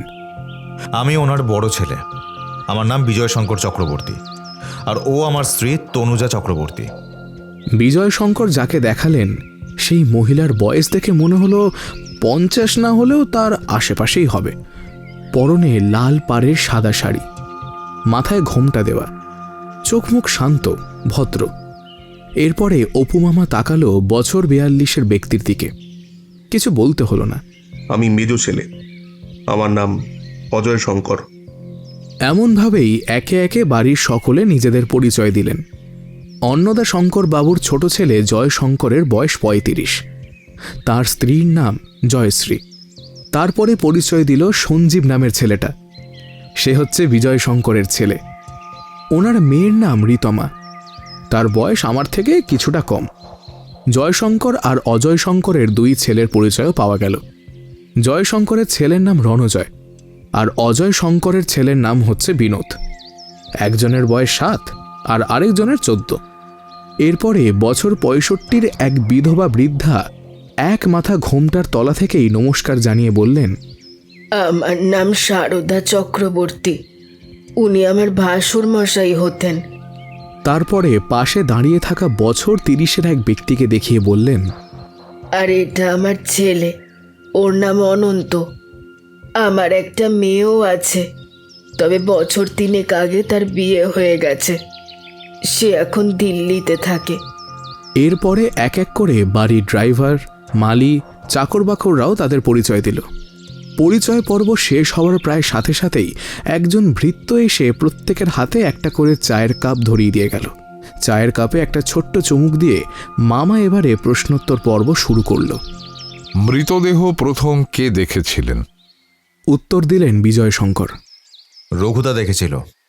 রঘুদার বয়স 70-এর কাছে। বয়সের ভারে সামনের দিকে বেশ কিছুটা ঝুঁকেই পড়েছেন তিনি। আপনি প্রথম মৃতদেহ দেখেন? আগে হ্যাঁ বাবু, রোজ সকাল 7টায় বাবুর ঘরে চা দিতে যাই আমি। কালও তেমনি গিয়েছিলুম, তা বড় কর্তা দরজা ভেতর থেকে বন্ধ করতেন না, তবু আমি গিয়ে টোকা দিতাম। বড় কর্তা বললে তারপর আমি ঘরে ঢুকতাম। কালও তাই করলুম, কিন্তু কয়েকবার টোকা দেওয়ার পরেও কর্তা যখন সাড়া দিলেন না, তখন ভাবলাম হয়তো ঘুমাচ্ছেন। ফিরেই আসছিলুম, হঠাৎ কি মনে হতে পাল্লার ফাঁক দিয়ে ভেতরে একবার দেখলুম। সে যে কি বিভৎস দৃশ্য বাবু, আপনাকে বলে আমি বোঝাতে পারবো না। বিছানার ওপরে বড় কর্তা চিত হয়ে শুয়ে আছেন, ওনার মাথাটা থ্যাতলানো, বুক থেকে রক্ত বেরিয়ে একেবারে লাল করে দিয়েছে ওনার পাঞ্জাবি, বিছানার চাদর। ঘরের মেঝেতেও রক্ত ভর্তি হয়েছিল। উফ, সে কি দৃশ্য আমি মরার আগে পর্যন্ত ভুলতে পারবো না বাবু। রঘুদার স্বর কাঁপতে কাঁপতে একসময় বন্ধই হয়ে গেল। তারপর আপনি কি করলেন? আমার হাত পা কাঁপছিল বাবু, চায়ের কাপ প্লেট সব পুড়ে গেল। তারপরে আমি ওখানে দাঁড়িয়ে চিৎকার করে বাড়ির সকলকে ডাকলাম। ছোটবাবুর ঘর সবচেয়ে কাছে, তাই তাই উনি আর ছোট বৌদিমণি আগে এলেন, তারপরে একে একে সকলে এলেন। জয়শঙ্কর বাবু, আপনি এসে কি দেখলেন? দেখলাম রঘুদা দাঁড়িয়ে চিৎকার করছে। আমি যেতে বাবার ঘরের দিকে আঙুল দেখালো। দরজা পুরো খুলে দেখলাম ওই অবস্থা। এরপরে মেজদা এসে সবটা দেখে বলল পুলিশে খবর দিতে। তাই করা হলো। তারপর তো পুলিশ এলো। পুলিশ আসার আগে আপনারা কেউ ওই ঘরে ঢোকেননি? আমি ঢুকতে যাচ্ছিলাম, কিন্তু বরদা বারণ করায় আর যায়নি।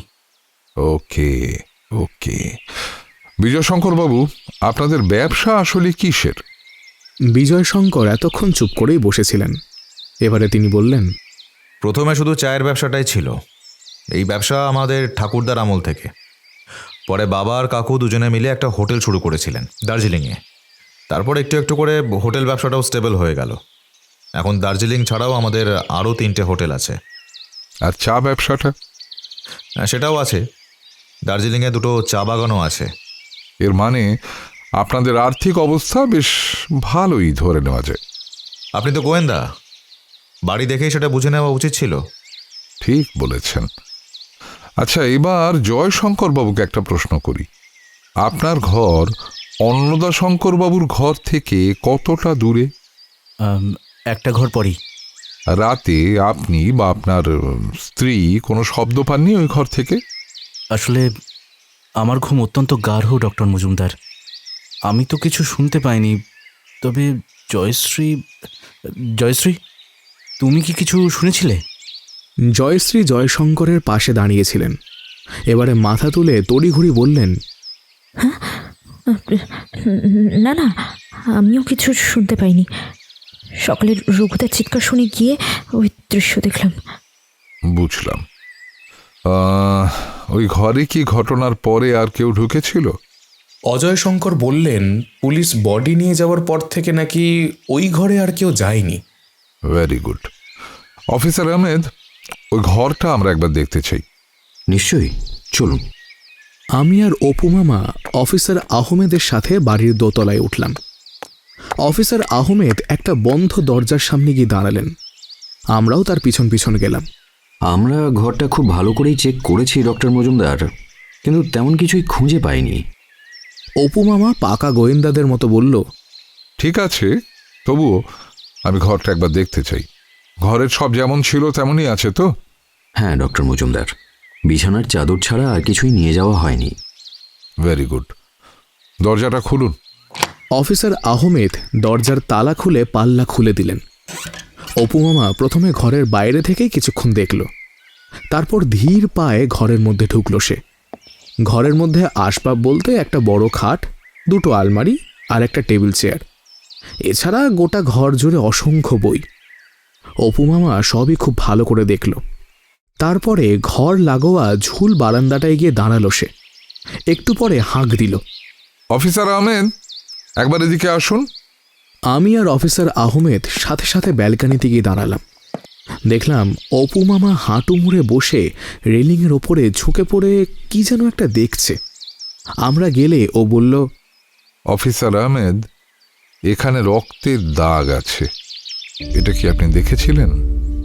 অফিসার আহমেদ ঝুঁকে ভালো করে দেখলেন সেটি। না ডক্টর মজুমদার, এটা তো আগে দেখিনি।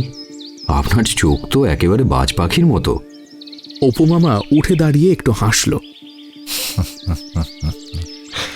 ওই চোখটাই তো ভরসা অফিসার। হাজার হাজার পাখির মধ্যে একটা নির্দিষ্ট পাখিকে দেখতে হলে তীক্ষ্ণ দৃষ্টি ছাড়া আর কোনো উপায় যে নেই। যাই হোক, আপনি ব্লাড স্যাম্পলটা নিয়ে নিন। আর ডক্টর মজুমদারের ফরেন্সিক রিপোর্টটা কবে আসবে? আর 2 দিনের মধ্যেই পেয়ে যাব ডক্টর মজুমদার। Very good. যত তাড়াতাড়ি সম্ভব ফরেন্সিক রিপোর্টটা জোগাড় করে ফেলুন, ওটা দেখা খুব দরকার। ওকে ডক্টর মজুমদার। আর কিছু? একটু ভেবে অপু মামা বলল, না না, আপাতত আর কিছু দরকার নেই। আমি এবার একটু বিশ্রাম নিতে চাই। আমাদের থাকার ব্যবস্থা করা হলো গেস্ট হাউসে।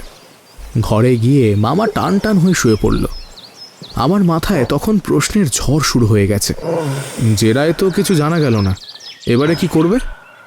জেরা করলাম কোথায় যে জানা যাবে? এটা তো স্রেফ আলাপ পরিচয় হলো, আর একেবারেই যে কিছু জানা গেল না তা তো নয়। মানে কি জানতে পারলে? জয়শ্রী মিথ্যে কেন বললেন? স্যারের ঘরের বারান্দায় রেলিংয়ে রক্তটা কার? আর স্যারের ঘরের ওই আলমারির চাবি লাগানোর জায়গাটা অমন ঘষা কেন?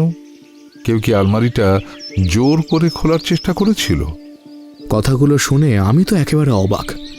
কোনো প্রশ্নের উত্তর তো পেলামই না, উল্টে প্রশ্নের সংখ্যা আরও যেন বেড়ে গেল।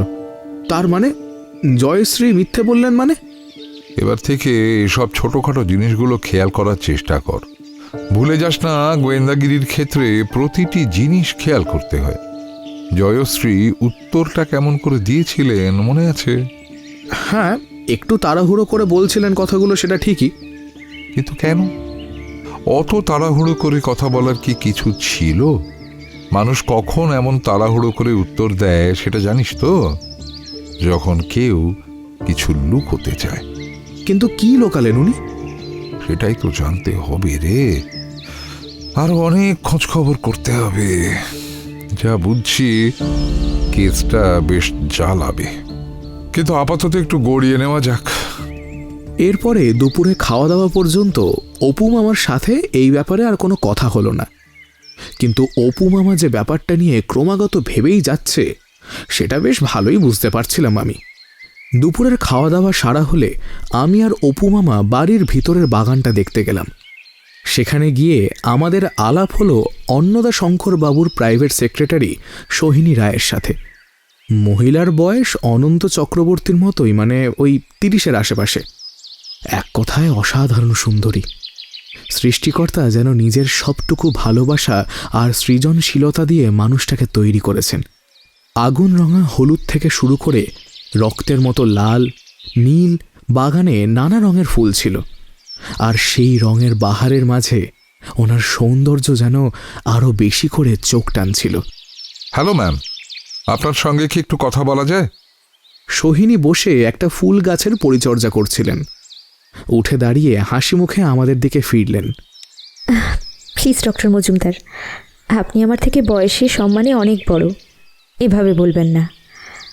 স্যারের কাছে আপনার ব্যাপারে অল্প বিস্তর শুনেছি, তুমি করে বললেই খুশি হব। বেশ, তাই হোক। আচ্ছা, এর সঙ্গে আলাপ করিয়ে দিই। আমি ওর পরিচয় জানি, সাক্ষ্যজিৎ সেন। ওর তোলা ছবিগুলোর গুণমুগ্ধ ভক্ত আমি। আবার আপনাদের জয়পুরের কেসটাও আমি পড়েছি। সাক্ষ্যজিৎ যে ছবি তোলার সাথে সাথে এত ভালো লেখে সেটা কিন্তু জানা ছিল না। সত্যি বলতে মহিলার মধ্যে মানুষকে আকৃষ্ট করার অদ্ভুত ক্ষমতা ছিল। রূপের সাথে ওনার কথা বলার ধরনও মানুষকে যে চটজলদি আকৃষ্ট করে নেয় সেটা বেশ ভালোই টের পাচ্ছিলাম। কিন্তু সামনাসামনি কেউ আর প্রশংসা করলে তা আমি যা করি তাই করলাম। 32 পাটি দাঁত বের করে একটা ক্যাবলা মার্কা হাসি দিলাম শুধু। তোমাকে তো সকাল থেকে একবারও দেখতে পেলাম না, বাড়িতে ছিলে না নাকি? না না, তা নয় ডক্টর মজুমদার, আমি বাড়িতেই আছি কাল থেকে। তাহলে গেলে না কেন? আমি তো বাড়ির সকলের সঙ্গে কথা বলবো বলেছিলাম। আসলে ডক্টর মজুমদার, আমি জানতাম আপনি এই প্রশ্নটা আমাকে করবেন। I am sorry doctor Majumdar, কিন্তু ওই বাড়ির ভেতর আমি আর ঢুকতে পারছি না। মানে তুমি থাকো কোথায়? আউট হাউসে, আপনারা যেখানে আছেন তার পাশেই আউট হাউস। সত্যি বলতে স্যার ছাড়া আমাকে আর কেউই তেমন একটা পছন্দ করেন না। সবার ধারণা আমি স্যারকে ভুলিয়ে সব সম্পত্তি হাতানোর মতলব করছি। তবুও স্যার যতদিন ছিলেন কেউ কিছু বলতে পারতো না, কিন্তু কালকের পর থেকে অলরেডি অনেক কথা শুনে ফেলেছি। কেসটা মিটলেই আমি এখান থেকে চলে যাব। সত্যি বলতে কারোর মুখ দেখারও ইচ্ছে নেই আমার, তাই সকালে যাইনি। বুঝলাম। তা তুমিও কি মানে এখানকারই? না, আমার বাড়ি কলকাতায়। তা কলকাতা থেকে এখানে? এটা আমার একটা ইচ্ছে বলতে পারেন। কলকাতার চিৎকার চেঁচামেচি, গাড়ি ঘোড়া এসব কোনোদিনই আমার খুব একটা পছন্দ ছিল না। নিজের বলতে শুধু মা ছিল, তাও প্রায় 2.5 বছর আগে মা মারা গেল। তারপর একেবারে একাই হয়ে পড়েছিলাম। আজীবন ইচ্ছে ছিল এরকম কোনো একটা পাহাড়ি জায়গায় থাকবো। এর মধ্যেই নিউজ পেপারে স্যারের দেওয়া অ্যাডটাও চোখে পড়ল। অ্যাডে বলাই ছিল যে এখানে থেকেই কাজ করতে হবে, স্যালারিও বেশ ভালোই ছিল, তাই চলে আসতে আর দ্বিধা করিনি। কপাল জোরে কাজটাও হয়ে গেল। আচ্ছা, তুমি কি বাংলারই ছাত্রী ছিলে? না না, আমার সাবজেক্ট ছিল বটানি, কিন্তু বাংলা গল্প উপন্যাস বরাবরই আমার খুব ভালো লাগে। এখানে তোমাকে কি কি করতে হতো? স্যার তো কম্পিউটার মোবাইল কিছু ব্যবহার করতেন না, তাই ওনার লেখাগুলো সফট কপি করতে হতো। নানান পত্রিকার সম্পাদক আর প্রকাশকদের সঙ্গেও কথাবার্তা বলতে হতো, তাদের কাছে লেখা পাঠাতে হতো, আর বইয়ের রয়্যালটির দিকটাও দেখতে হতো। এছাড়া ওনাকে রিসার্চে সাহায্য করা, মেল আর চিঠিপত্র চেক করা, এইসব তো ছিলই। ওকে, এখানে কত বছর কাজ করছো? এই তো বছর 2 হবে। তাহলে তো এই বাড়ির ভিতরকার অনেক খবরই তোমার জানা, তাই না? আনফর্চুনেটলি ইয়েস ডক্টর মজুমদার, আর সেই জন্যেই আমি আরোই এখান থেকে চলে যেতে চাইছি। দেন প্লিজ হেল্প আস। এই বাড়িতে এসে মানুষগুলোর সঙ্গে কথা বলেই আমার একটা ধারণা জন্মেছে যে প্রত্যেকেই কিছু না কিছু গোপন করছেন। এই অবস্থায় তদন্ত করা অত্যন্ত সমস্যার। তুমি যদি সাহায্য করো তাহলে কেসটা অনেক সুবিধের হয়ে যায়। ওকে, যদি আমার কথায় আপনাদের সুবিধে হয় তাহলে আমি অবশ্যই সাহায্য করব। বলুন কি জানতে চান? এখানে এমন করে কথা না বলে কোথাও একটু বসে কথা বললে ভালো হতো না? বেশ, তো চলুন আমার ঘরে, ওখানে বসেই না হয় কথা হবে। বেশ, চলো। সোহিনীর ঘরে গিয়ে দেখলাম ছোট্ট ঘরটা বেশ সুন্দর পরিপাটি করে সাজানো। তবে ঘরের জিনিসপত্রের মধ্যে সবচেয়ে বেশি চোখে পড়ল বই। বইগুলোর প্রচ্ছদে লেখা নাম দেখে বুঝলাম অধিকাংশ বই বটানির। অপু মামার কথায় বুঝলাম সেও ব্যাপারটা খেয়াল করেছে। বাবা রে, ঘরটা তো একটা ছোটখাটো বোটানির লাইব্রেরি বানিয়ে রেখেছো। তা বলতে পারেন। আসলে এই বিষয়টা আমার অত্যন্ত প্রিয়, তাই আর কি। ভালো, বটানি এনথুসিয়াজম খুব ভালো জিনিস। এখনকার সময় তো বিশেষ করে ভালো। মানুষজন গাছপালা কেটে যে হারে থাকার খাঁচা বানাচ্ছে, তাতে পৃথিবী খুব তাড়াতাড়ি একটা কংক্রিটের স্তূপে পরিণত হবে। সেখানে তোমাদের মতো কিছু মানুষ এখনো আছে বলে দিনটা কিছুটা পিছিয়ে আছে। খুব সত্যি কথা বলেছেন। ইচ্ছে আছে এখান থেকে বেরিয়ে একটা সংস্থায় যোগদান করব। স্যারের থ্রুতেই সংস্থাটার সঙ্গে আমার আলাপ হয়েছিল। সংস্থাটা মূলত নানান জায়গায় গাছ লাগায়। এরপরে অল্প কিছু সাধারণ কথাবার্তার পরে আসল কথা শুরু হলো।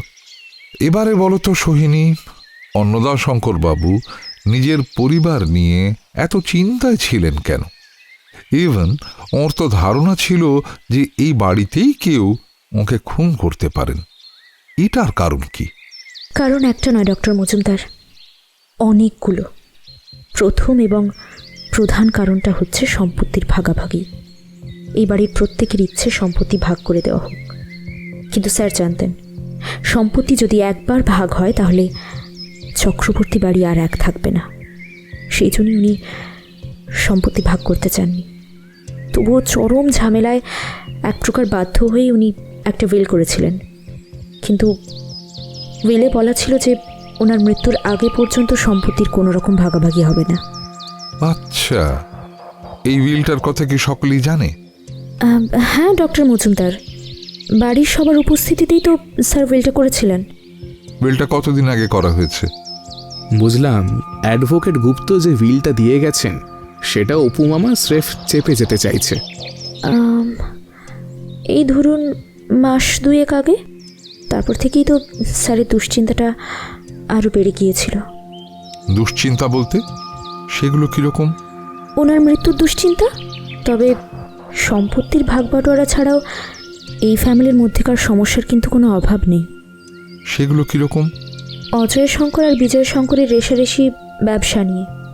ব্যবসার ছাদটা এক হলেও দুজনের মধ্যেকার প্রতিযোগিতা প্রচণ্ড, আর সেই প্রতিযোগিতা কিন্তু যথেষ্ট ডেঞ্জারাসও। এই 2 বছরে আমি বেশ কয়েকবার দুই ভাইয়ের মধ্যে মারপিট হতে দেখেছি। ইভেন দুজন দুজনকে খুনের হুমকি অবধি দিয়েছেন। হ্যাঁ, জয়শঙ্কর সম্পর্কে আমি তেমন কিছু জানি না, তবে মানুষটা উনি খারাপ নন। সবসময় বেশ হেসে কথা বলেন, ব্যবসা দেখেন, তবে বাকি দুই ভাইয়ের মতো প্রতিযোগিতা করেন না। দার্জিলিংয়ের 2টো চা বাগান বলতে গেলে অজয় শঙ্কর আর বিজয় শঙ্করই নিজেদের মধ্যে অলিখিতভাবে ভাগ করে নিয়েছেন। জয়শঙ্কর হোটেল বিজনেসটা দেখেন, কিন্তু ওনার স্ত্রী মানে জয়শ্রী ঠিক স্বাভাবিক নন। এটা কেন বলছো? সেটা ঠিক বলতে পারবো না, কিন্তু মহিলার কথাবার্তাগুলো না কেমন যেন লাগে আমার। কেমন লাগে? মানে সারাক্ষণ একটা মানুষের এত ভয় পেয়ে থাকার কি আছে, আমি সেটাই বুঝতে পারি না ঠিক। ভয়? কিরকমের ভয়? জানি না, মানে আপনাকে ঠিক বোঝাতে পারবো না। আমার তো মনে হয় উনি মানসিকভাবে স্বাভাবিক নন। মানে আই মিন টু সে। বুঝতে পেরেছি। তা এটা কি আগেও ছিল নাকি ইদানিংকালে শুরু হয়েছে? আমি এখানে আসা থেকেই ওরকম দেখছি। কারোর সাথে খুব একটা কথা বলেন না, সারাটা দিন চুপচাপ থাকেন, বেশিরভাগ সময় নিজের ঘরেই থাকেন। ওই ভোরের আরতি বা সন্ধ্যার আরতির সময় আসেন আর খাওয়ার সময় আসেন, আর তেমন একটা বাইরেও আসেন না। যদিও বা আসেন, কেউ কিছু জিজ্ঞেস করলে বা কথা বললে এমনভাবে উত্তর দেন যেন বাড়ির সবাই ওনাকে মারতে চায়। যা হোক করে কিছু একটা বলে পালাতে পারলে যেন বাঁচেন। এর কারণ সাংসারিক কিছু কি হতে পারে? মানে জয়শঙ্করের সাথে? আমার তো তা মনে হয় না। আমার মতে জয়শঙ্কর মানুষ হিসেবে কিন্তু যথেষ্ট ভালো, অন্তত বাড়ির বাকি পুরুষদের থেকে তো অনেক ভালো। কেন? বাকি পুরুষেরা কেমন? বিজয় শঙ্কর আর অজয় শঙ্করের চারিত্রিক দিকের ব্যাপারে আমি কিছু জানি না, তবে দুজনেই অত্যন্ত পরিমাণে মদ খান, আর স্যার এই ব্যাপারটা একদম পছন্দ করতেন না। এ নিয়ে দুজনের সাথে স্যারের বেশ কয়েকবার ঝামেলাও হয়েছিল। জয়শঙ্করের ব্যাপারে তো বললাম, কিন্তু সঞ্জীব আর অনন্ত এই 2টো মানুষ কিন্তু পয়লা নম্বরের চরিত্রহীন। অনন্তর তো বিয়েও হয়েছিল, কিন্তু এই যে 4 মাসের মধ্যেই বউ চলে যায়, পরে ডিভোর্সটাও হয়ে যায়। অনন্তকে নিয়ে স্যারের চিন্তার অভাব ছিল না। ওনাকে বহু নারী ঘটিত সমস্যা ফেস করতে হতো এই অনন্তর জন্য। পরিবারের কথা ভেবে স্যার প্রত্যেকবারই ঘটনাগুলো ধামাচাপা দিয়েছেন ঠিকই, কিন্তু মন থেকে এসব কখনো মেনে নিতে পারেননি। আসলে উনি তো এমন ছিলেন না, বুঝতে পারতাম এসব ওনাকে দুঃখ দিচ্ছে, কিন্তু উনি মুখে কিছু বলতেন না। আর সঞ্জীব? হো বাবা, সে তো শুধু চরিত্রহীন নয়, সেই সাথে পয়লা নম্বরের নেশাখোরও। ড্রাগ অ্যাডিক্ট ফালতু ছেলে একটা। বাড়ি থেকে কতবার টাকা চুরি করে নেশা করতে গিয়ে ধরা পড়েছে তার ঠিক নেই। শুধু কি তাই, মাস 4 আগে পুলিশ সঞ্জীবকে তুলে নিয়ে গিয়েছিল, তারপর স্যারের কথাতেই ছেড়েছিল। আর ওই স্যারকে কদিন আগে হুমকি দিয়েছিল যে যদি ওকে 1 টাকাও না দেন তাহলে ওনাকে খুন করে ও টাকা নিয়ে যাবে। বাপ রে, এ তো দেখছি পরিবারটা স্রেফ বাইরে থেকেই এক ছাদের তলায় আছে, ভিতর থেকে তো একেবারে ঝাঁঝরা হয়ে আছে। তা যা বলেছেন ডক্টর মজুমদার। আচ্ছা, আপনি কি স্যারের মার্ডারের ব্যাপারে কিছু জানতে পেরেছেন? না সোহিনী, আমরা তো সবে এলাম, এখন সবে তথ্য জোগাড়ের কাজ করছি। মোটামুটি কিছু তথ্য হাতে পেলে অ্যানালাইজিং এর কাজটা শুরু করব। তবে এখনো খুনি বাদে বাকি সকলের মতোই আমিও একেবারে ধোঁয়াশায় আছি। অপু মামা এবারে উঠে দাঁড়ালো, আমিও ওর সাথে উঠে দাঁড়ালাম। উঠছেন নাকি? হ্যাঁ, এবার যাই, তোমার অনেকটা সময় নষ্ট করে দিলাম। আরে না না, আপনার সাথে কথা বলে আমারই ভালো লাগলো। থ্যাংক ইউ সোহিনী, তোমার সঙ্গে কথা বলে আমারও খুব সুবিধে হলো। এরপরে সোহিনীকে বিদায় জানিয়ে আমি আর অপু মামা আমাদের ঘরে চলে গেলাম। তাই মহিলাকে কেমন বুঝলে মামা? বোঝার কি আছে, শহুরে মেয়ে কাজের জন্য এখানে এসেছে, তবে মেয়েটার সঙ্গে কথা বলে অনেক তথ্যই পাওয়া গেল। এবারে এগুলোকে একটু বাজিয়ে দেখতে হবে। সে আর বলতে, শুধু কি করতে হবে বলে দিও।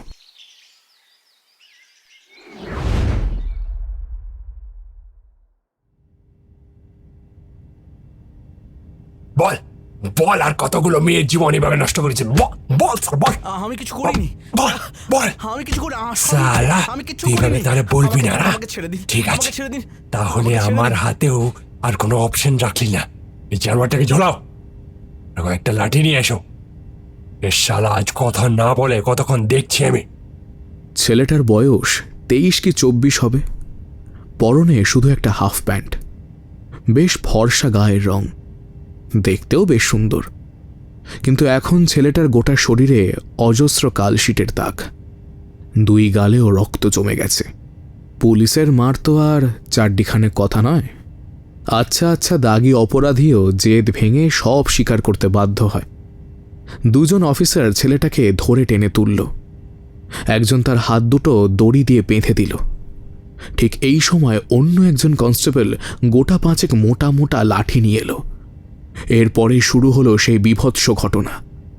3 জন লম্বা চওড়া অফিসার একটা করে লাঠি তুলে নিল হাতে। তারপরে ছেলেটার 2 পায়ে পর পর প্রহার করতে লাগলো। কিরে বলবি না আরো ডোজ দেবো? আর একটু বাড়াবো ডোজটা নাকি? বলবি নাকি? আমি কিছু জানি না, আমি কিছু করিনি। বলবি? আমি কিছু করিনি। একজন অফিসার ছেলেটার মুখে প্রচণ্ড জোরে একটা চড় মারল। চমকে বিছানার উপর উঠে বসল জয়শঙ্কর। এতগুলো বছর হয়ে গেল, তবুও এখনো রাতে হঠাৎ ঘুম ভেঙে যাওয়ার ব্যাপারটা কোনো সমাধান হয়নি। অনেক ডাক্তার দেখিয়েছে এবং অনেক ওষুধও খেয়েছে, কিন্তু কিছুতেই কিছু হয়নি। এখন ব্যাপারটা জয়শঙ্কর এক প্রকার মেনেই নিয়েছে। বিছানার পাশে ছোট্ট টেবিল থেকে জলের বোতলটা টেনে নিয়ে বেশ কিছুটা জল খেল সে। তারপরে পাশ ফিরে দেখল জয়শ্রী সেখানে অঘরে ঘুমোচ্ছে। কয়েক মুহূর্ত জয়শ্রীর দিকে তাকিয়ে থেকে জয়শঙ্কর আবার শুয়ে পড়ল।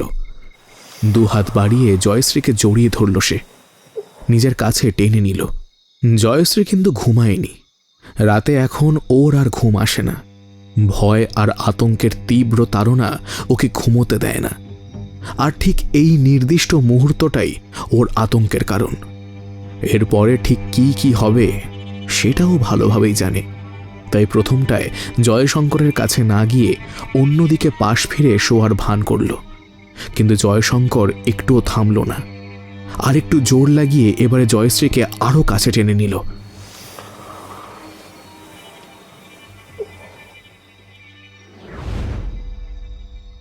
রঘুর বয়স 70 ছুঁতে যায়। এককালে তাগড়াই শরীর ছিল ওর, নিয়মিত মুগুর ভাজত। ওর শরীর দেখলে সে সময় আচ্ছা আচ্ছা পালোয়ানও লজ্জা পেত, কিন্তু কালের নিয়ম বড় নির্মম। সেই নিয়ম পাল্টানোর ক্ষমতাও কারণ নেই। রঘুর পালোয়ানি শরীরও সেই নিয়ম খণ্ড করতে পারেনি। এখন বয়সের চাপে ও অনেকটাই সামনের দিকে ঝুঁকে পড়েছে। শরীরের গড়নটা সামান্য থাকলেও চামড়া ঝুলে গেছে। এসবের সাথে পাল্লা দিয়ে কমেছে ওর ঘুম। বয়সের সাথে ঘুমের এই অদ্ভুত ব্যস্তানুপাতিক সম্পর্কটা যে ঠিক কবে থেকে শুরু হয়েছে সেটাও সে জানে না। আগে কাঁটায় কাঁটায় রাত 12টায় ও ঘুমিয়ে পড়ত, আর ঘুম থেকে উঠত ভোর 4টে নাগাদ। এখন রাত 12টায় শুয়ে পড়ে ঘুম আর আসে না তার। কিন্তু যাও বা আসে, তাও ওই ঘন্টা 2 কি 3 বেশি স্থায়ী হয় না। দুটো চোখ নিজে হতেই খুলে যায়। তখন বাধ্য হয়ে জোর করে চোখ বুজিয়ে পড়ে থাকে, তবে ঘুম আর তার আসে না। আজও তার অন্যথা হয়নি। এখন ঘড়ির কাঁটায় রাত ঠিক 2:30। নিয়ম মেনে রঘুর ঘুমও গেছে ভেঙে। ঘুমটা ভাঙতেই প্রকৃতির ডাক পড়ল। উফ, এই এক ঝামেলা শুরু হয়েছে। একে ঘুম হয় না, তার উপর আবার এই ঠান্ডায় জল ঘাটতে হবে। কিন্তু বিরক্তি থাকলেও প্রকৃতির ডাক তো আর উড়িয়ে দেওয়া যায় না। রঘু বিছানা ছেড়ে নেমে গায়ে একটা চাদর জড়িয়ে ঘর থেকে বেরোলো। আজ আবার পূর্ণিমা, আকাশও একেবারে পরিষ্কার। কুয়াশা ঘন হলেও মোটামুটি সবই দেখা যাচ্ছে। রঘু কাঁপতে কাঁপতে এগিয়ে গেল বাথরুমের দিকে। রঘুর ঘর যেদিকে, সেদিকেই বাড়ির ভিতরের ফুল বাগান। বাগানে বেশ কয়েকটা বসার জায়গা করা আছে। চাঁদের আলোয় রঘু স্পষ্ট দেখল একটা চেয়ারে একটা সাদা চাদর মুড়ি দিয়ে বসে আছে এক ব্যক্তি। আজ প্রায় 40টা বছর হতে যায় রঘু এই বাড়িতে কাজ করে। এই বাড়ির অলিগলি থেকে শুরু করে প্রতিটা মানুষের চালচলন নিজের হাতের তালুর মতো চেনে ও। বয়সের সাথে ওর দৃষ্টিশক্তিও কমজোরি হয়েছে। চশমা ছাড়া ভালো করে দেখতে পায় না। এখন চোখে চশমাটা নেই, ঝাপসাই দেখছে সে। তবুও চাঁদের আলোয় মানুষটার ঝাপসা অবয়ব দেখে তাকে চিনে ফেলল রঘু। অজয় শঙ্কর। সে বসে সিগারেট খাচ্ছে। একটু অবাক হলেও রঘু কিছু বলল না। মালিক পক্ষ তাদের বাড়িতে কখন, কোথায়, কেন বসে থাকবে সেটা জিজ্ঞাসা করার অধিকার ওর নেই। তাই চুপচাপ আবার বাথরুমের দিকে এগিয়ে গেল সে। অল্পক্ষণের মধ্যেই কাজ সেরে রঘু নিজের ঘরের দিকে এগিয়ে চলল। বারান্দায় এসে ও আবার তাকালো বাগানের দিকে। দেখল সেই চেয়ারে অজয় শঙ্কর এখনো বসে আছে। সিগারেটের ধোঁয়া আর উঠছে না। রঘু মুখ ঘুরিয়ে চলেই যাচ্ছিল, কিন্তু কি মনে হতে আবার সেদিকে তাকালো। ঝাপসা দেখলেও ব্যাপারটা ওর কেমন যেন একটা লাগলো। মনে হলো অজয় শঙ্করের মাথাটা একদিকে বেশ কিছুটা হেলে গিয়েছে। মেজবাবু ওখানে বসে ঘুমিয়ে পড়লেন নাকি? একবার গিয়ে দেখব। অল্পক্ষণ ভাবল রঘু, তারপর ধীর পায়ে এগিয়ে গেল চেয়ারটার কাছে। কাছাকাছি গিয়ে রঘু নিশ্চিত হল লোকটা অজয় শঙ্করই। পিছন থেকে নিচু স্বরেও ডাকল, মেজবাবু। বলি, ও মেজবাবু, বলছিলুম এই ঠান্ডায় এখানে কুয়াশায় বসে না থাকলেই কি নয়? শরীর খারাপ করবে যে। কথাগুলো বেশ ভয় ভয় বলেছিল রঘু। এমনিতেই অজয় শঙ্করের মেজাজ সর্বদা চড়েই থাকে। তার ওপরে বাড়ির এই পরিস্থিতিতে মেজাজ নির্ঘাত আরও বিঘ্নিত হয়ে আছে। তাই নিশ্চয়ই এত রাতে ঠান্ডায় এখানে বসে আছে। রঘু ভেবেছিল অজয় শঙ্কর দারুণ খেকিয়ে উঠবে, কিন্তু সেটা হলো না। খেকানো তো দূরস্থ, অজয় শঙ্কর কোনো উত্তরই দিল না। একইভাবে একদিকে সামান্য মাথা হেলিয়ে চুপ করে বসে রইল। রঘু নিশ্চিত হলো অজয় শঙ্কর ঘুমাচ্ছে। নিশ্চয়ই গলা পর্যন্ত মদ গিলেছেন, নইলে নইলে এই ঠান্ডায় কেউ ঘুমোতে পারে নাকি? একবার ভাবল সে ঘরে ফিরে যাবে, যা পারে হোক। ঠান্ডা লেগে নিউমোনিয়া হলে বুঝবে কত ধানে কত চাল। মদ খাওয়া একেবারে মিটে যাবে। কিন্তু তারপরে ভাবল সেটা ঠিক হবে না। যতই হোক মানুষ তো। রঘু এবারে তার চাদরের ভিতর থেকে হাত বের করে অল্প ঠেলা দিল অজয় শঙ্করকে। বলি, ও মেজবাবু। সাথে সাথে অজয় শঙ্কর কাটা কলা গাছের মতো চেয়ার থেকে ধপ করে মাটিতে পড়ে গেল। সেই সাথে পূর্ণিমার জ্যোৎস্নায় রঘু দেখল অজয় শঙ্করের গলা চ্যালা করা, সেখান থেকে রক্ত বেরিয়ে ভাসিয়ে দিচ্ছে সমস্ত জায়গাটা। সাদা চাদরের সামনেটা টকটকে লাল হয়ে গেছে। অন্নদা শঙ্করের সেই বিভৎস মৃতদেহ দেখার পর থেকে বৃদ্ধ রঘু বেশ ভয় পেয়েছিল। আবার এমন একটা ভয়ঙ্কর দৃশ্যের ধাক্কা ও আর নিতে পারল না। কাঁপতে কাঁপতে ওখানেই বসে পড়ল। তারপরে চিৎকার করে উঠল, মেজবাবু, ও মেজবাবু, এ কি হয়ে গেল মেজবাবু? ও বড়বাবু, মেজ বৌদিমণি, এদিকে আসেন। এ কি হয়ে গেল? হে ভগবান, কার কুনজর লাগলো এই বাড়ির উপরে?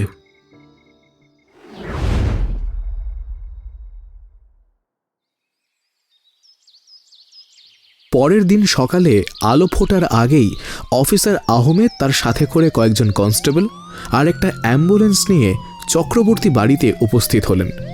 বাড়ির বাচ্চারা মানে অজয় শঙ্কর আর জয় শঙ্করের ছেলেরা বাদে আমরা সকলেই তখন বাড়ির ভিতরের বাগানে স্পটে দাঁড়িয়ে আছি।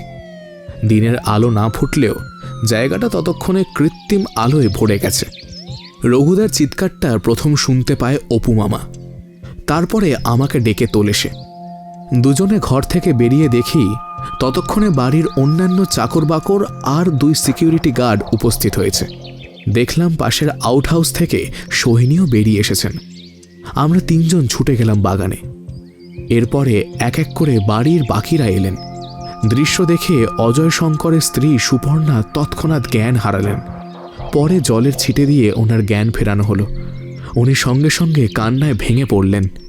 অফিসার আহমেদ অজয় শঙ্করের দেহটা কিছুক্ষণ পরীক্ষা করে সেটা নিয়ে যাওয়ার আদেশ দিলেন। তারপরে বাড়ির লোকজনদের জিজ্ঞাসা শুরু করলেন। দেখলাম অপু মামা জিজ্ঞাসাবাদের দিকে কোনো কান না দিয়ে বাগানটা ঘুরে দেখছে। অত মন দিয়ে মাটির দিকে তাকিয়ে ও ঠিক কী দেখছিল সেটা অবশ্য আন্দাজ করতে পারলাম না আমি। একবার ইচ্ছে হলো ওর কাছে গিয়ে জিজ্ঞাসা করি, কিন্তু ওই পরিস্থিতিতে সেটা করা ঠিক হবে কি হবে না এই দোটানায় প্রশ্নটা আর করাই হলো না আমার। অফিসার আহমেদ জিজ্ঞাসা করলেন, বডি প্রথমকে দেখেছেন? আমি দেখেছি সাহেব, আমি দেখেছি। আপনি? হ্যাঁ সাহেব, আমি জানি না ভগবান আমাকে কোন পাপের সাজা দিচ্ছেন। এত বছর এই বাড়ির নুন খেয়েছি আর আজ এই বাড়ির মানুষগুলোরই মরা মুখ দেখছি সাহেব। এসবের আগে ভগবান আমাকে কেন নিলেন না? ঠিক কি দেখেছিলেন আপনি? রঘুদা কিছু বলতেই যাচ্ছিলেন, তার আগেই বিজয় শঙ্কর কথা বলা শুরু করলেন। এসব জিজ্ঞাসা করে কি আর কোনো লাভ আছে অফিসার? এই বাড়ির মধ্যে গোয়েন্দা থাকতেও একটা খুন হয়ে গেল। এই গোয়েন্দা কেমন করে যে কেস সলভ করবে কে জানে। আমার গাটা জ্বলে গেল। মনে হলো কয়েকটা কথা শুনিয়ে, কিন্তু সেটা আমাকে আর করতে হলো না। সেটা নিয়ে আপনাকে মাথা ঘামাতে হবে না বিজয় শঙ্করবাবু। ওটা না হয় পুলিশ আর ডক্টর মজুমদারকেই ভাবতে দিন। আপাতত আমার প্রশ্নগুলোর যথাযথ উত্তর দিলেই হবে। বিজয় শঙ্কর চুপ করে গেলেন। অফিসার আহমেদ রঘুদাকে বললেন, আপনি যা যা দেখেছেন সবটা বলুন আমাকে। রঘুদা কাঁদো কাঁদো গলায় যা যা দেখেছিলেন সবটা পরপর বলে গেলেন। সব শুনে অফিসার আহমেদ বাড়ির বাকিদের সাথে কথা বললেন। আমি সারাক্ষণই তার সাথেই রইলাম, কিন্তু অপু মামা একবারও কাছে এলো না। ও গোটা বাগান জুড়ে কি যে দেখছিল সেটা ওই জানে। অফিসার আহমেদের জেরা শেষ হতে হতে দিনের আলো ফুটে গেল। আমাদের সকলের জন্য চা এলো। চায়ের কাপে চুমুক দিল অপু মামা। অফিসার, আমি আর সাক্ষ্য আজ একটু আপনার সঙ্গে বেরোবো। কয়েকটা খোঁজ নেওয়ার ব্যাপার আছে। বেশ, তো কোনো সমস্যা নেই। আপনি কোথায় যেতে চান বলুন। সেটা আপনাকে একবারে বেরিয়েই বলছি। অলরাইট। আপনি মনে হচ্ছে কিছু সন্দেহ করছেন ডক্টর মজুমদার। একটা নয় অফিসার, অনেকগুলো সন্দেহ হচ্ছে, সেগুলোর উত্তর পাওয়া খুব দরকারি। ওকে, তাহলে চাটা খেয়ে নিয়ে একেবারে বেরিয়ে পড়া যাক। একদম। চা খাওয়া শেষ হলে অফিসার আহমেদ কনস্টেবলদের অ্যাম্বুলেন্সের ডেড বডির সাথে পাঠিয়ে দিলেন এবং কোথায় গিয়ে কি করতে হবে সব বলে দিলেন। এরপরে আমি, অপু মামা আর অফিসার আহমেদ গিয়ে উঠলাম জিপে। অফিসার বসলেন ড্রাইভিং সিটে, তার পাশে মামা। আমি পিছনের সিটে বসলাম। বলুন ডক্টর মজুমদার, কোথায় যেতে চান? এই অজয় শঙ্কর যে চা বাগানটা দেখতেন সেখানে যাওয়া যায় এখন? যাওয়া তো নিশ্চয়ই যায়, তবে প্রায় 3 ঘন্টার জার্নি। কিন্তু কোনো সমস্যা নেই, চলুন। অফিসার আহমেদ অপু মামার কথা শুনে গাড়ির চাবি ঘোরালেন। গাড়িটা গর্জে উঠল। তারপরে পাহাড়ি আঁকাবাঁকা পথ ধরে ছুটে চলল দার্জিলিংয়ের দিকে।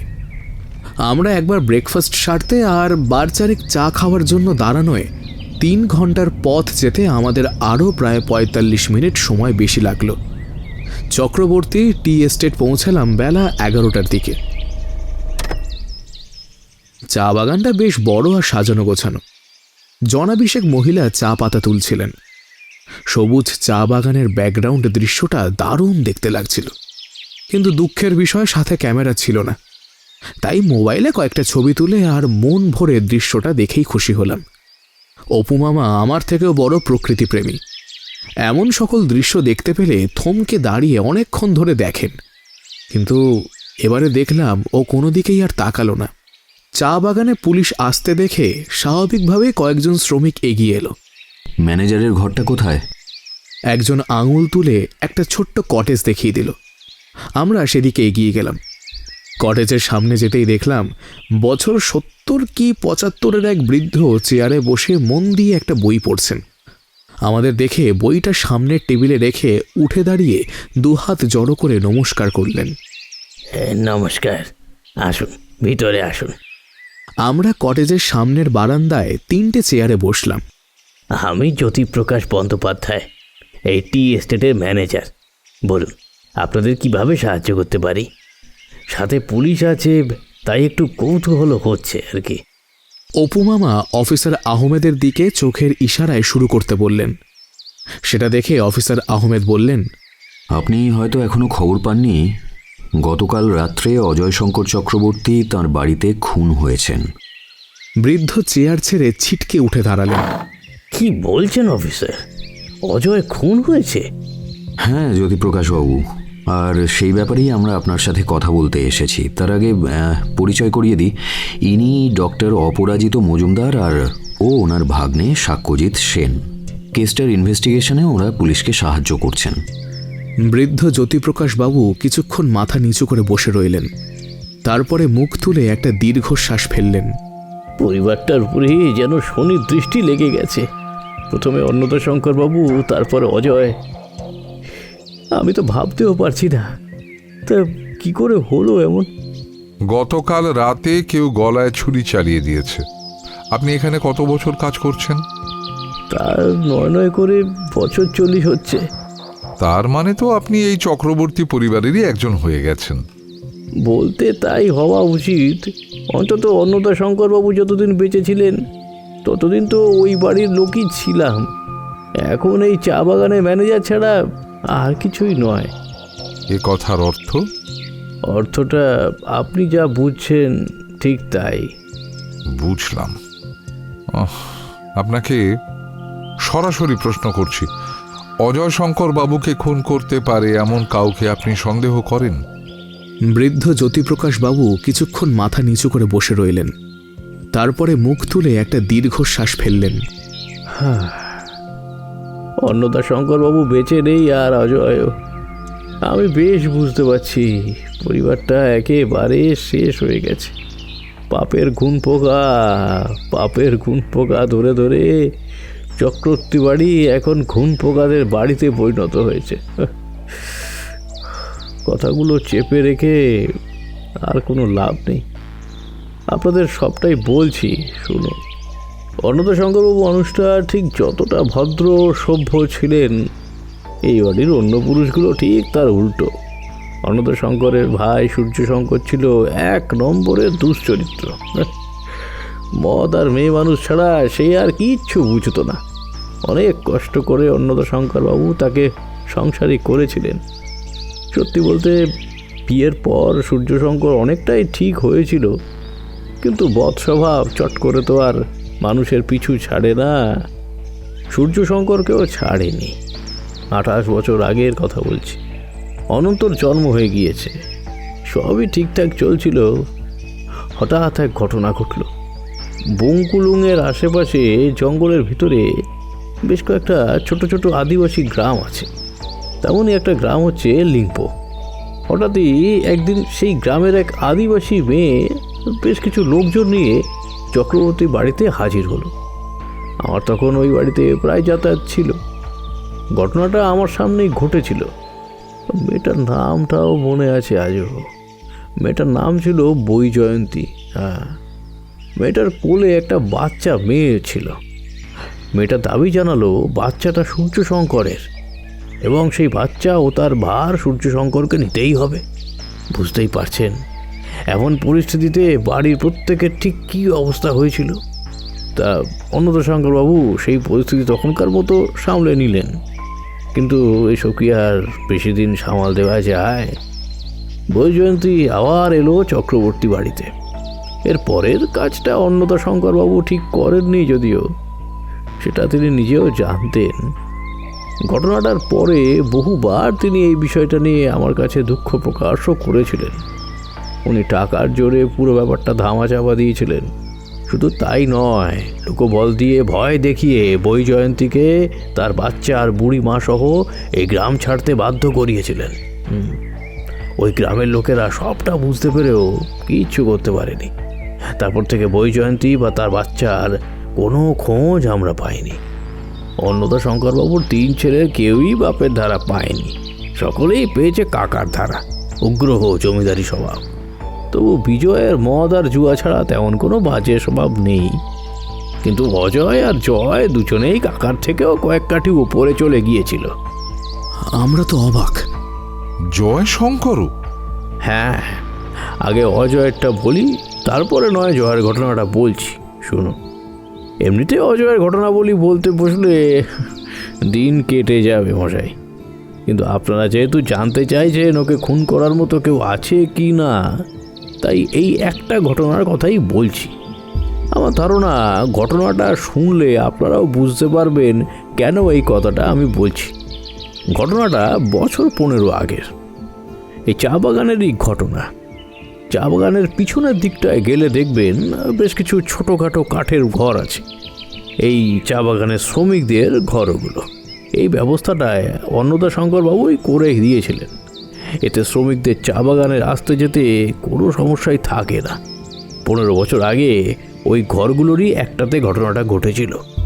লামো নামের বছর 25-এর এক পাহাড়ি মেয়ে তার ভাই লাকপাকে নিয়ে থাকতো। দুজনেই এই চা বাগানে কাজ করত। একদিন সকালে লামোকে মৃত অবস্থায় পাওয়া গেল। বিষ খেয়েছিল লামো। লাকপার বয়স তখন ওই 12 কি 14 হবে। এই হঠাৎ মৃত্যুর কারণটা কেউ না জানলেও অজয়, আমি, অন্নদাশঙ্করবাবু আর লকপা জানত। যেদিন লামোর মৃতদেহ পাওয়া যায় তার আগের দিন রাতে অজয় মদ্যপ অবস্থায় লামোকে ধর্ষণ করে। ব্যাপারটা লাকপা জানত, কিন্তু তাকে মেরে ফেলার ভয় দেখিয়ে চুপ করিয়ে দিয়েছিল।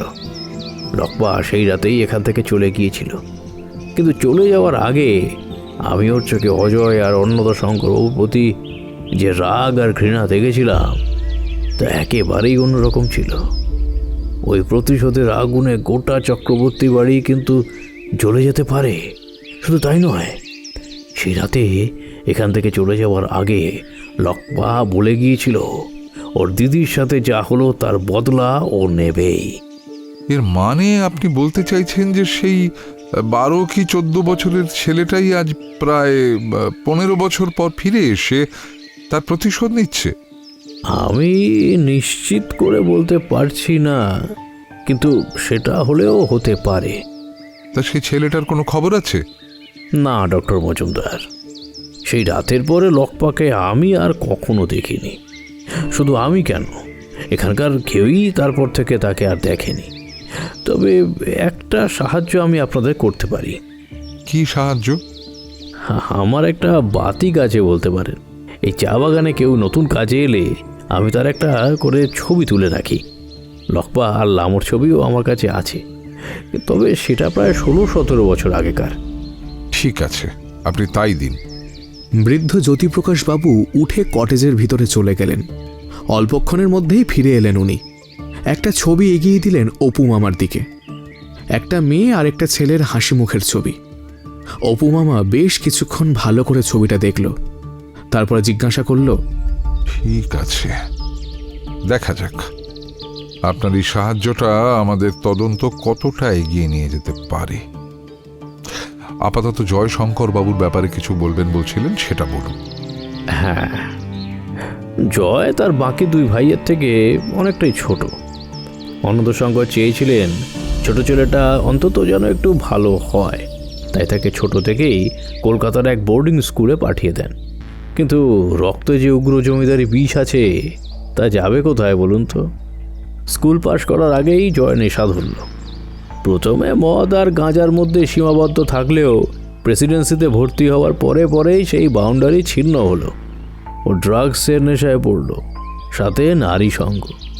নিজের কাকা আর মেজেদাকে পিছনে ফেলে রেখে ও আরও কিছুটা এগিয়ে গিয়েছিল। সেকেন্ড ইয়ারে পড়ার সময় কলেজেরই একটা মেয়েকে তার ইচ্ছার বিরুদ্ধে, সেজন্য পুলিশ জয়কে তুলে নিয়ে যায়। অবশ্য টানা 4 দিন ধরে ওর উপর যথেষ্ট অত্যাচার করে। অন্নদাশঙ্কর বাবুকে আবার নিজের টাকায় জোর খাটাতে হয়। জয়কে কলকাতা থেকে নিয়ে চলে আসেন। তারপরে টানা 1 বছর ধরে শিলিগুড়ির এক নামী সাইকোলজিস্টের কাছে ওর কাউন্সেলিং চলে। এই কাউন্সিলে আরেকটা চাঞ্চল্যকর তথ্য উঠে আসে। সেটা কি? জয়ের একটা মানসিক সমস্যার কথা উঠে আসে। সেটা হচ্ছে জয় যৌন বিকৃতির শিকার ছিল। নারী শরীরের প্রতি ওর টান ঠিক স্বাভাবিক ছিল না। পরে অবশ্য সেই সাইকোলজিস্টের দৌলতেই জয় সুস্থ হয়ে ওঠে। তারপরে শিলিগুড়ির কলেজ থেকেই পড়াশুনো শেষ করে। ধীরে ধীরে সব স্বাভাবিক হয়ে যায়। অনন্তটার জন্যেও তো পরিবারটার মান সম্মান কম ডোবেনি। অন্নদাশঙ্করবাবু এসবের কিছুই কিন্তু কখনো ভুলতে পারেননি। আসলে পরিবারের সুনাম রক্ষার্থে উনি সব দোষ চাপা দিলেও ভিতর থেকে তো ভদ্রলোক ছিলেন, তাই অনুতাপ ওনাকে কুরে কুরে খেত। আমাকে বহুবার উনি ব্যাপারটা বলেছিলেন। বিজয়ের ছেলেটাও তো একই দাঁত পেয়েছে। সবটা শুনে অপু মামা বেশ কিছুক্ষণ বসে রইল, তারপরে জিজ্ঞাসা করল, আচ্ছা, জয়শঙ্কর কি এখন পুরোপুরি সুস্থ? হ্যাঁ, অন্তত আমি তো তাই জানি।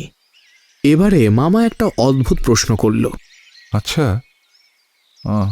এই এই লাকপার কি একটা পায়ে সমস্যা ছিল, ডান পায়ে?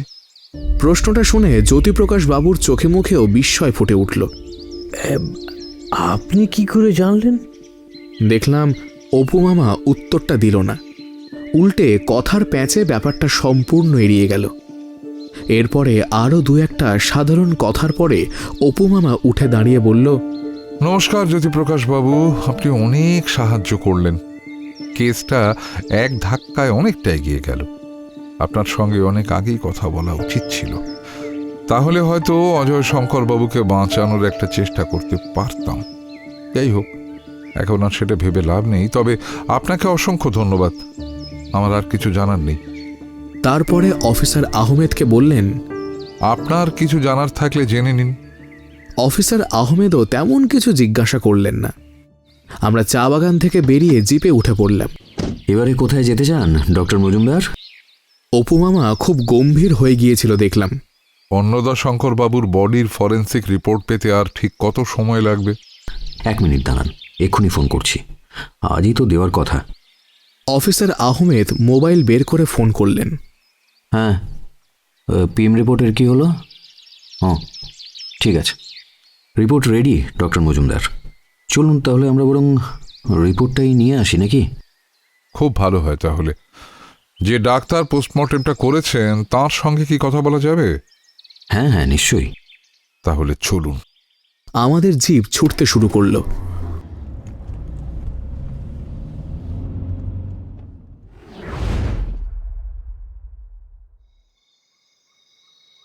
চক্রবর্তী বাড়ির ভিতরের এই বাগান যে কত কিছুর সাক্ষী তার ইয়ত্তা নেই। অজস্র ভালো মুহূর্ত থেকে শুরু করে দুঃখের, একাকিত্বের, অজস্র গোপন প্রেমালাপ, শত শত ষড়যন্ত্র এই বাগান অনেক কিছুই দেখেছে, শুনেছে, আর এখনো দেখছে এবং শুনছে।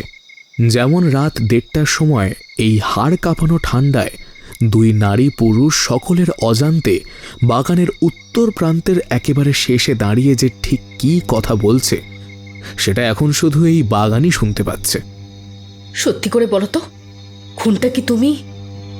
কী সব যা তা বলছো? আমি কেন মারতে যাব? তবে যেই মারুক, লাভই হলো, তাই না? সেটাই তো আমার ভয়। তুমি তো নিজের লাভ ছাড়া আর কখনোই কিছু দেখোনি কি না? বাবা, এমন করে বলছো যেন তোমার লাভ হলো না। খুশি তো তুমিও কিছু কম নও। তাহলে আমিও তো বলতে পারি তুমি, মানে বলতে পারি কি, তোমার কাছে তো আবার মোটিভও আছে, কি তাই না? একদম ফালতু কথা বলবে না। আরে আমি মজা করছি। এত নরম হাতে যে ছুরি চলে না তা আমি খুব ভালোই জানি। ছাড়ো এসব। তা আমাদের সম্পর্কটা এরপরেও এমনই চলবে? আর কেমন চলতে পারে? তোমাকে তো আমি বিয়ে করতে পারি না। কেন? ও, চক্ষু লজ্জা। কাকে দেখে আর লজ্জা পাবে? এই বাড়িতে যাকে দেখে আমরা সকলে তবু একটু লজ্জা টজ্জা পেতাম, তার গল্প তো আগেই কেউ খালাস করে দিয়েছে। এরপরে কার কি হলো না হলো তাতে বাড়ির আর কারোর কোনো চিন্তাই নেই। এখন চিন্তা শুধু সম্পত্তির। এই বুড়ো কার ভাগে কত দিয়ে গেছে কে জানে। আমাকে নির্ঘাত কিছুই দেয়নি। আচ্ছা আচ্ছা, এবারে বুঝলাম কেন আমাদের সম্পর্কটা আর এগোতে পারে না। সম্পত্তির জন্য। সাব্বাস। তুমি ভুল বুঝছো। তা তো কবে থেকেই বুঝছি। ঠিক আছে, তোমার কথাই থাক, এমনই চলুক। তারপরে সম্পত্তির ভাগটা হলে না হয় দেখা যাবে। সেই ভালো। এখন চলো, এখানে খুব ঠান্ডা লাগছে। কোথায়? আমার ঘরে? না না, আজ নয়, আজ আর ভালো লাগছে না। বেশ, কি আর করা যাবে। চলো তাহলে ফেরা যাক। দুই নারী পুরুষই বাগান পেরিয়ে বাড়ির ভিতরে ঢুকে গেল। অল্পক্ষণের মধ্যে হারিয়েও গেল, কিন্তু তারা কেউই খেয়াল করল না আজ শুধু ফুল বাগানটা নয়, দেবদারু গাছগুলোর আড়ালে অন্ধকারে গা মিশিয়ে দুই জোড়া চোখ ওদের ওপরে শুরু থেকে শেষ পর্যন্ত নজর রেখে গেল, আর দুই জোড়া কানও ওদের সব কথা শুনল।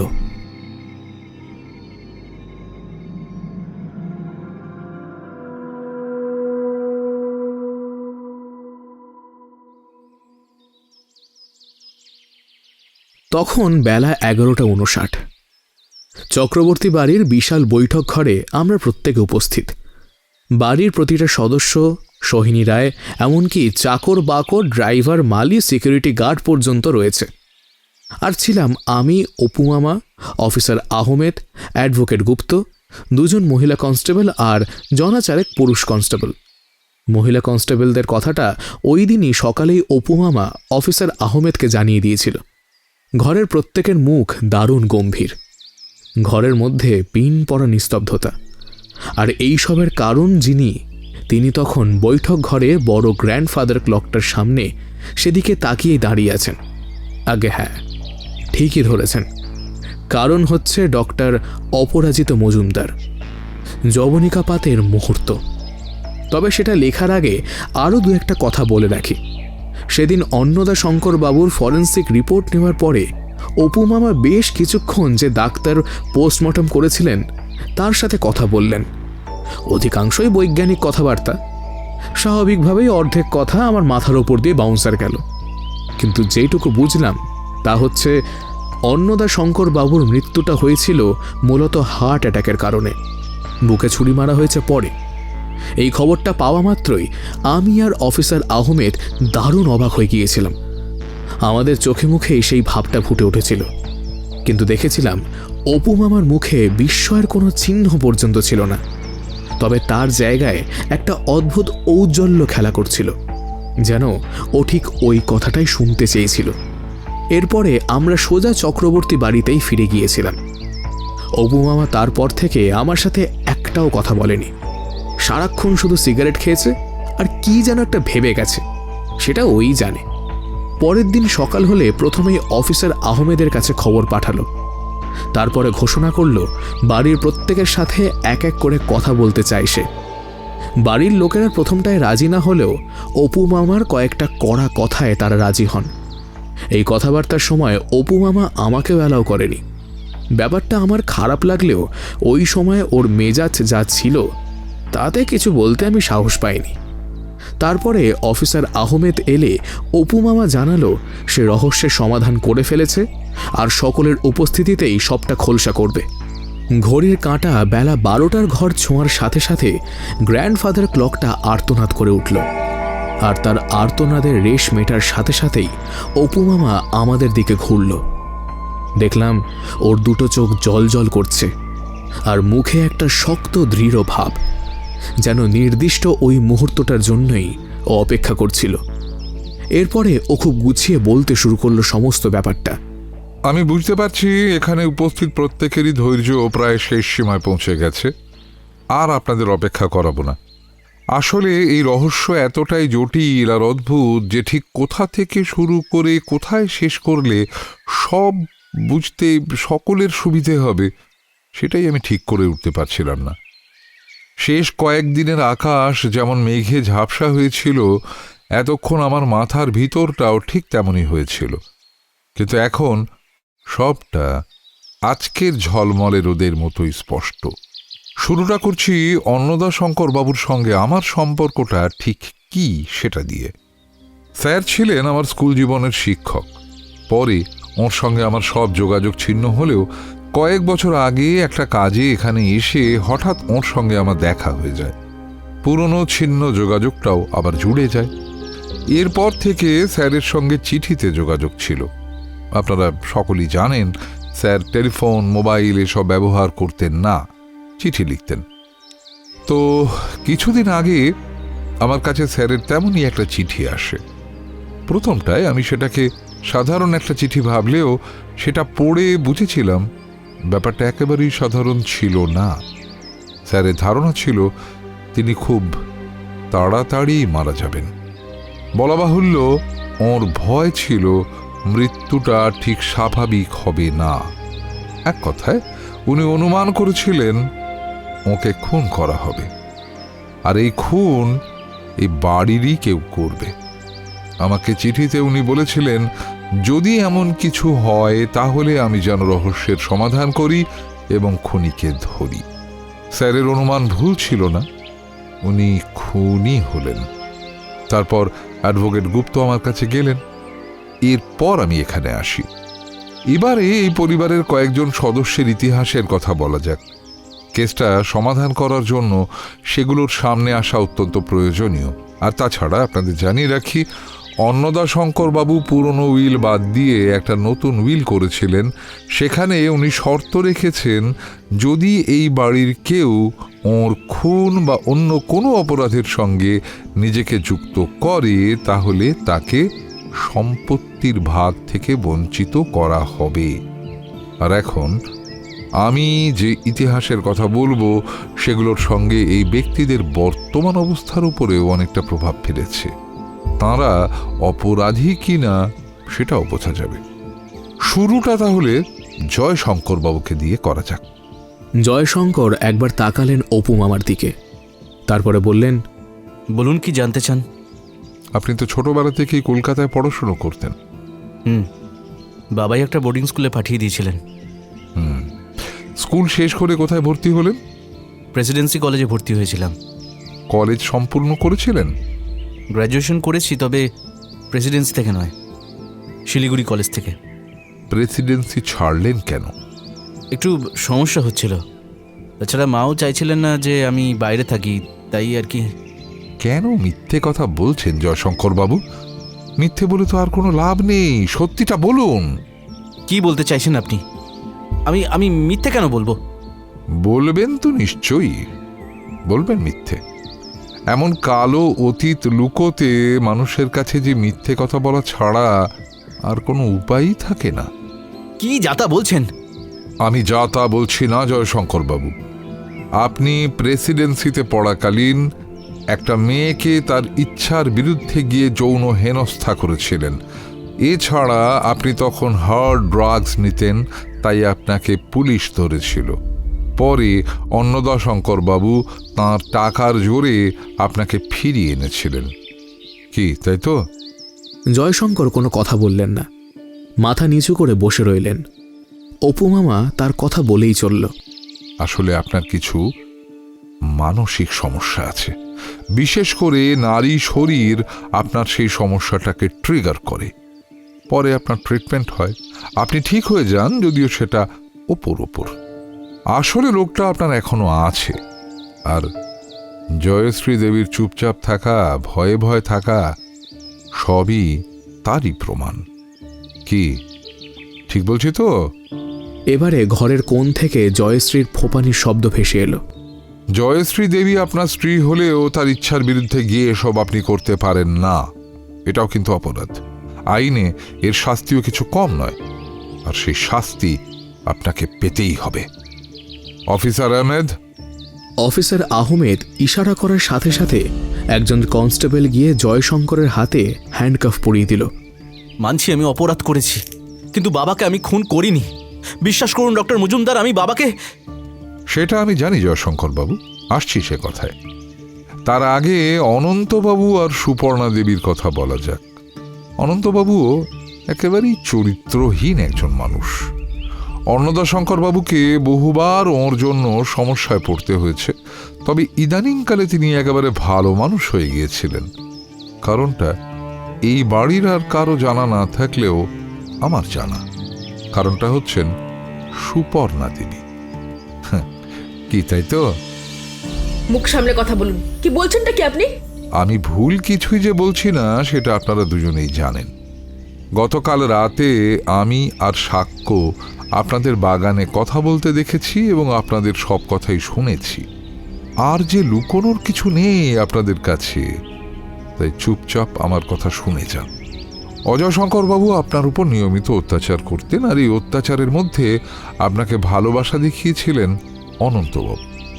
আর তারপর থেকেই আপনাদের মধ্যে সম্পর্কের শুরু।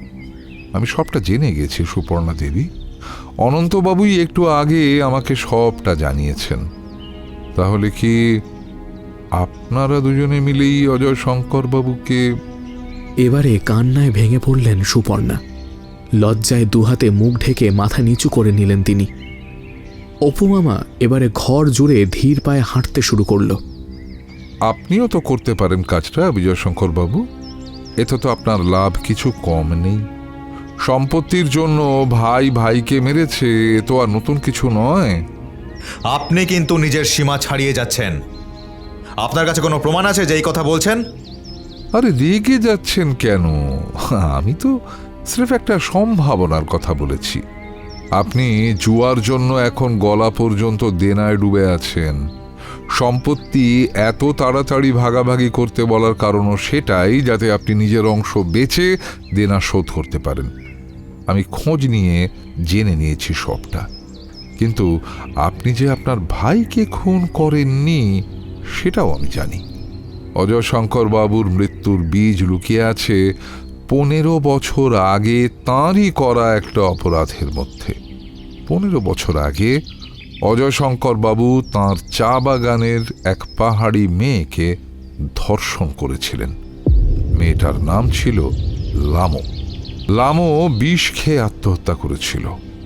অন্নদাশঙ্কর বাবু সব জানার পর পরিবারের কলঙ্ক আটকাতে সেই ব্যাপারটাকেও ধামা চাপা দিয়েছিলেন। কিন্তু সব অপরাধ তো আর ধামা চাপা দিলেই চাপা পড়ে যায় না। কিছু অপরাধ চাপা আগুনের মতো থাকে, পরে একটু হাওয়া পেলেই আবার দাউ দাউ করে জ্বলে ওঠে। অজয়শঙ্কর বাবুর অপরাধটাও ঠিক তেমনই একটা চাপা আগুন, যা আজ 15 বছর পর আবার জ্বলে উঠেছে। কথা বলতে বলতে অপু মামা এবারে একজন সিকিউরিটি গার্ডের সামনে গিয়ে দাঁড়ালো। লোকটার নাম গগন। তার সামনে গিয়ে অপু মামা বলল, লামোর একটা ভাই ছিল, তার নাম ছিল লাকপা। ছেলেটা তখন 12 কি 14 বছরের ছিল। নিজের দিদির সঙ্গে হওয়া ঘটনার কোনো উত্তর তখন সে দিতে পারেনি, কিন্তু এখন দিয়েছে, প্রতিশোধ নিয়েছে। কি তাই তো গগন, নাকি লাকপা বলবো?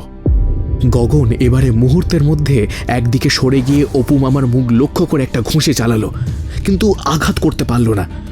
অপু মামা দ্বিগুণ গতিতে অন্যদিকে সরে গিয়ে প্রচণ্ড একটা ধাক্কা দিল তাকে। সাথে সাথে গগন ছিটকে পড়ল। অফিসার আহমেদ নিজে গিয়ে তাকে চেপে ধরলেন। বেশ করেছি, যা করেছি বেশ করেছি। এই জানোয়ারটা আমার দিদির সাথে কি করেছিল জানেন? কেমন করে ওকে মেরেছিল সেটা আমি নিজের চোখে দেখেছিলাম। প্রতিশোধ তো নিতেই হতো, নইলে দিদির আত্মা যে শান্তি পেত না। মেরেছি, বেশ করেছি। ওই বুড়োটাকেও আমিই মেরেছি, বেশ করেছি। ওর দোষও তো কম ছিল না। ঘরে সকলেই অবাক। অপু মামা অফিসার আহমেদকে চোখের ইশারা করল। অফিসার আহমেদ দুজন পুরুষ কনস্টেবলকে আদেশ দিলেন, একে এখান থেকে নিয়ে যাও। তার মানে গগনে বাবাইকে? না বিজয়শঙ্কর বাবু, আপনি ভুল করছেন। লাকপা অন্নদাশঙ্কর বাবুকে খুন করেনি। হ্যাঁ, মানছি ও তাঁর বুকে ছুরি বসিয়েছিল, কিন্তু সেটা ওর মৃত্যুর পরে। অন্নদাশঙ্কর বাবুর মৃত্যু হয়েছিল হার্ট অ্যাটাকে, আর সেই হার্ট অ্যাটাকের কারণ একটা বিষ, বিশেষ ভেষজ বিষ। বিষের নাম অ্যাকোনাইট। এটা একটা গাছ। গাছটার ফুল থেকে শুরু করে পাতা, শিকড় সবই অত্যন্ত বিষাক্ত। এই বাড়ির বাগানেও আমি অ্যাকোনাইট গাছ দেখেছি।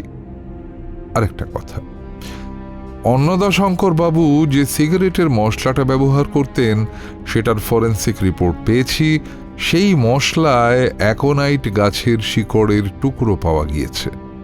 এখন কথা হলো, এই বাড়িতে এমন একটা বিষাক্ত গাছ কে পুঁততে পারে? অপু মামা সোহিনীর সামনে গিয়ে দাঁড়ালেন। এ বাড়িতে তোমার থেকে বেশি তো কেউ গাছপালা সম্পর্কে জানে না সোহিনী। অবাক হয়ে দেখলাম যে মানুষটার রূপে আমি প্রথম দিন মুগ্ধ হয়েছিলাম, সেই মানুষটার মুখই তীব্র রাগ আর ঘৃণা মিশে বিভৎস হয়ে উঠল। অপু মামার চোখের ইশারা দেখে দুজন লেডি কনস্টেবল সোহিনীর ঠিক পিছনে গিয়ে দাঁড়ালো। সোহিনী কিন্তু কোনো বেচাল করলেন না। অপু মামার দিকে তাকিয়েই হেসে বললেন, কখনের মতোই আমিও বেশ করেছি ডক্টর মজুমদার। আপনি জানেন ওই লোকটা আমার আর আমার মায়ের সাথে ঠিক কত বড় অন্যায় করেছিল? জানি সোহিনী, বৈজন্তের কথা আমি সবই জানি, কিন্তু তাই বলে তুমি নিজের হাতে আইন তুলে নিলে? আইন? কিসের আইন? আমাদের মতো মেয়েদের যখন ক্ষতি হয় তখন কোথায় লুকিয়ে থাকে আপনাদের আইন? আর আমরা কিছু করলে আমরা আইন হাতে তুলে নিচ্ছি। সূর্য শঙ্কর আর অন্নদা শঙ্কর আমাদের সাথে যা করেছিল সেটা অপরাধ ছিল না? 100 বার অপরাধ ছিল সেটা, কিন্তু ব্যাস, আর কোনো কিন্তু থাকে না। আমি সেই অপরাধীরই বদলা নিয়েছি। কিন্তু আপনি কেমন করে জানলেন বলুন তো? ম্যানেজার জ্যোতিপ্রকাশ বাবুর কাছ থেকে সূর্য শঙ্করের করা কুকীর্তির কথা জানার পর থেকেই আমার মন অন্য কথা বলছিল। তারপর পেলাম ফরেন্সিক রিপোর্ট। তুমি বোটানির ছাত্রী, অ্যাকোনাইট চেনাই স্বাভাবিক। সেদিন তোমার সঙ্গে বাগানে কথা বলতে গিয়ে দেখছিলাম তুমি গাছগুলোর পরিচর্যা করছো। তখন অবশ্য বুঝতে পারিনি ওগুলো অ্যাকোনাইট ছিল। পরে একটু পড়াশুনো করতেই শিওর হয়ে গেলাম। তোমার ঘরে কলকাতা ইউনিভার্সিটির সার্টিফিকেটটা বাঁধানো আছে। সালটা জানতে সমস্যা হয়নি, খোঁজ নিতেই জানতে পারলাম তোমার গার্জেনের নাম ছিল বৈজন্তী রায়। আর রায় যে এখানকার স্থানীয় আদিবাসীদের একটা পদবি, সেটা জানার পরে আর কোনো সন্দেহই রইল না। কিন্তু তুমি ঠিক কেমন করে ওই বিষ স্যারের সিগারেট মশলায় মেশালে বলো তো? সুযোগটার অপেক্ষা আমি অনেক দিন ধরেই করছিলাম। সেদিন পেয়ে গেলাম। এখানকার একটা নির্দিষ্ট তামাকের দোকান থেকেই স্যারের সিগারেটের মশলা আসতো। সেদিন উনি আমাকে মশলা আনার দায়িত্ব দিলেন। ব্যাস, নিজের মৃত্যু নিজেই ঠেকে আনলেন। সবই তো বুঝলাম ডক্টর মজুমদার, কিন্তু গগনী যে লাকপা আর সেই অজয় শঙ্করকে খুন করেছে সেটা বুঝলেন কেমন করে বলুন তো? অজয় শঙ্কর বাবুর বডি পাওয়ার পরে আমি বাগানটা ভালো করে ঘুরে দেখেছিলাম। ওই চেয়ারটার পিছনে কিছু পায়ের ছাপ ছিল। কোনো মানুষ খুঁড়িয়ে হাঁটলে একটা বিশেষ ধরনের ছাপ পড়ে, তেমন ছাপ। এই বাড়িতে এসে প্রথমেই প্রতিটি মানুষকে ভালো করে আমি অবজার্ভ করেছিলাম। তখনই দেখেছিলাম গগন একটু খুঁড়িয়ে হাঁটে।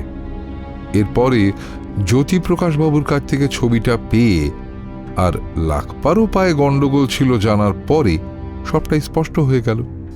ছবিটা ভালো করে লক্ষ্য করলে দেখবেন বাচ্চা লাখপার বাঁদিকের ভুরুর কাছে একটা লম্বা কাটা দাগ আছে।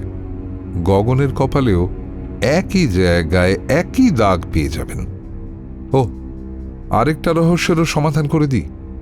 অন্নদাশঙ্করবাবু বিষের প্রভাবে মারা যাওয়ার পরে লাকপা ওই ঘরের ব্যালকনির পাশের পাইপ বেয়ে ওপরে ওঠে।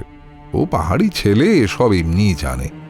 তারপরে অন্নদাশঙ্করবাবুর বুকে ছুরি মারে এবং পালায়, যদিও সে জানত না অন্নদাশঙ্করবাবু ততক্ষণে মারা গেছেন।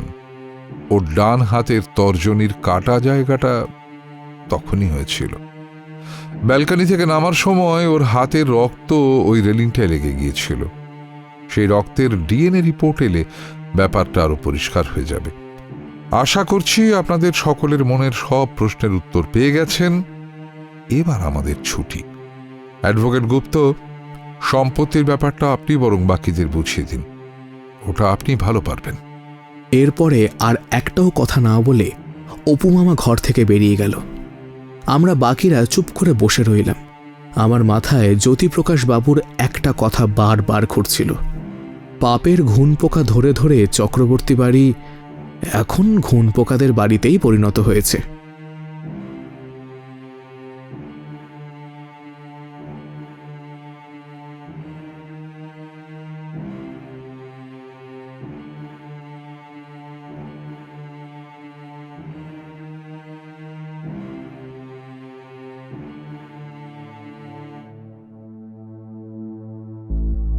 শেষ হলো আজকের গল্প ঘুণ পোকাদের বাড়ি। গল্পের কথক ও সাক্ষ্যজিতের ভূমিকায় আমি সৌমিক, অপু মামা রাজা ভট্টাচার্য, সুদীপ আসঞ্জন, বিমল লাকপা এবং সঞ্জীব বিপুল, আহমেদ সায়ন, বিজয় শঙ্কর স্নেহাদ্রি, অজয় শঙ্কর দেবাঞ্জন, জয়শঙ্কর সুমন, জয়শ্রী আর সোহিনীর ভূমিকায় প্রদীপ্তা, সুপর্ণা এবং সারদার ভূমিকায় বর্ণালী, জ্যোতিপ্রকাশ পার্থ, আনন্দশঙ্কর এবং রঘুদার ভূমিকায় Shubhankar, Ananta Atanu, direction and soundscape by Bipul, script Saurima Ghosh, poster design Raunak Mondal. গল্পের সূত্রধর আমি সৌমিক।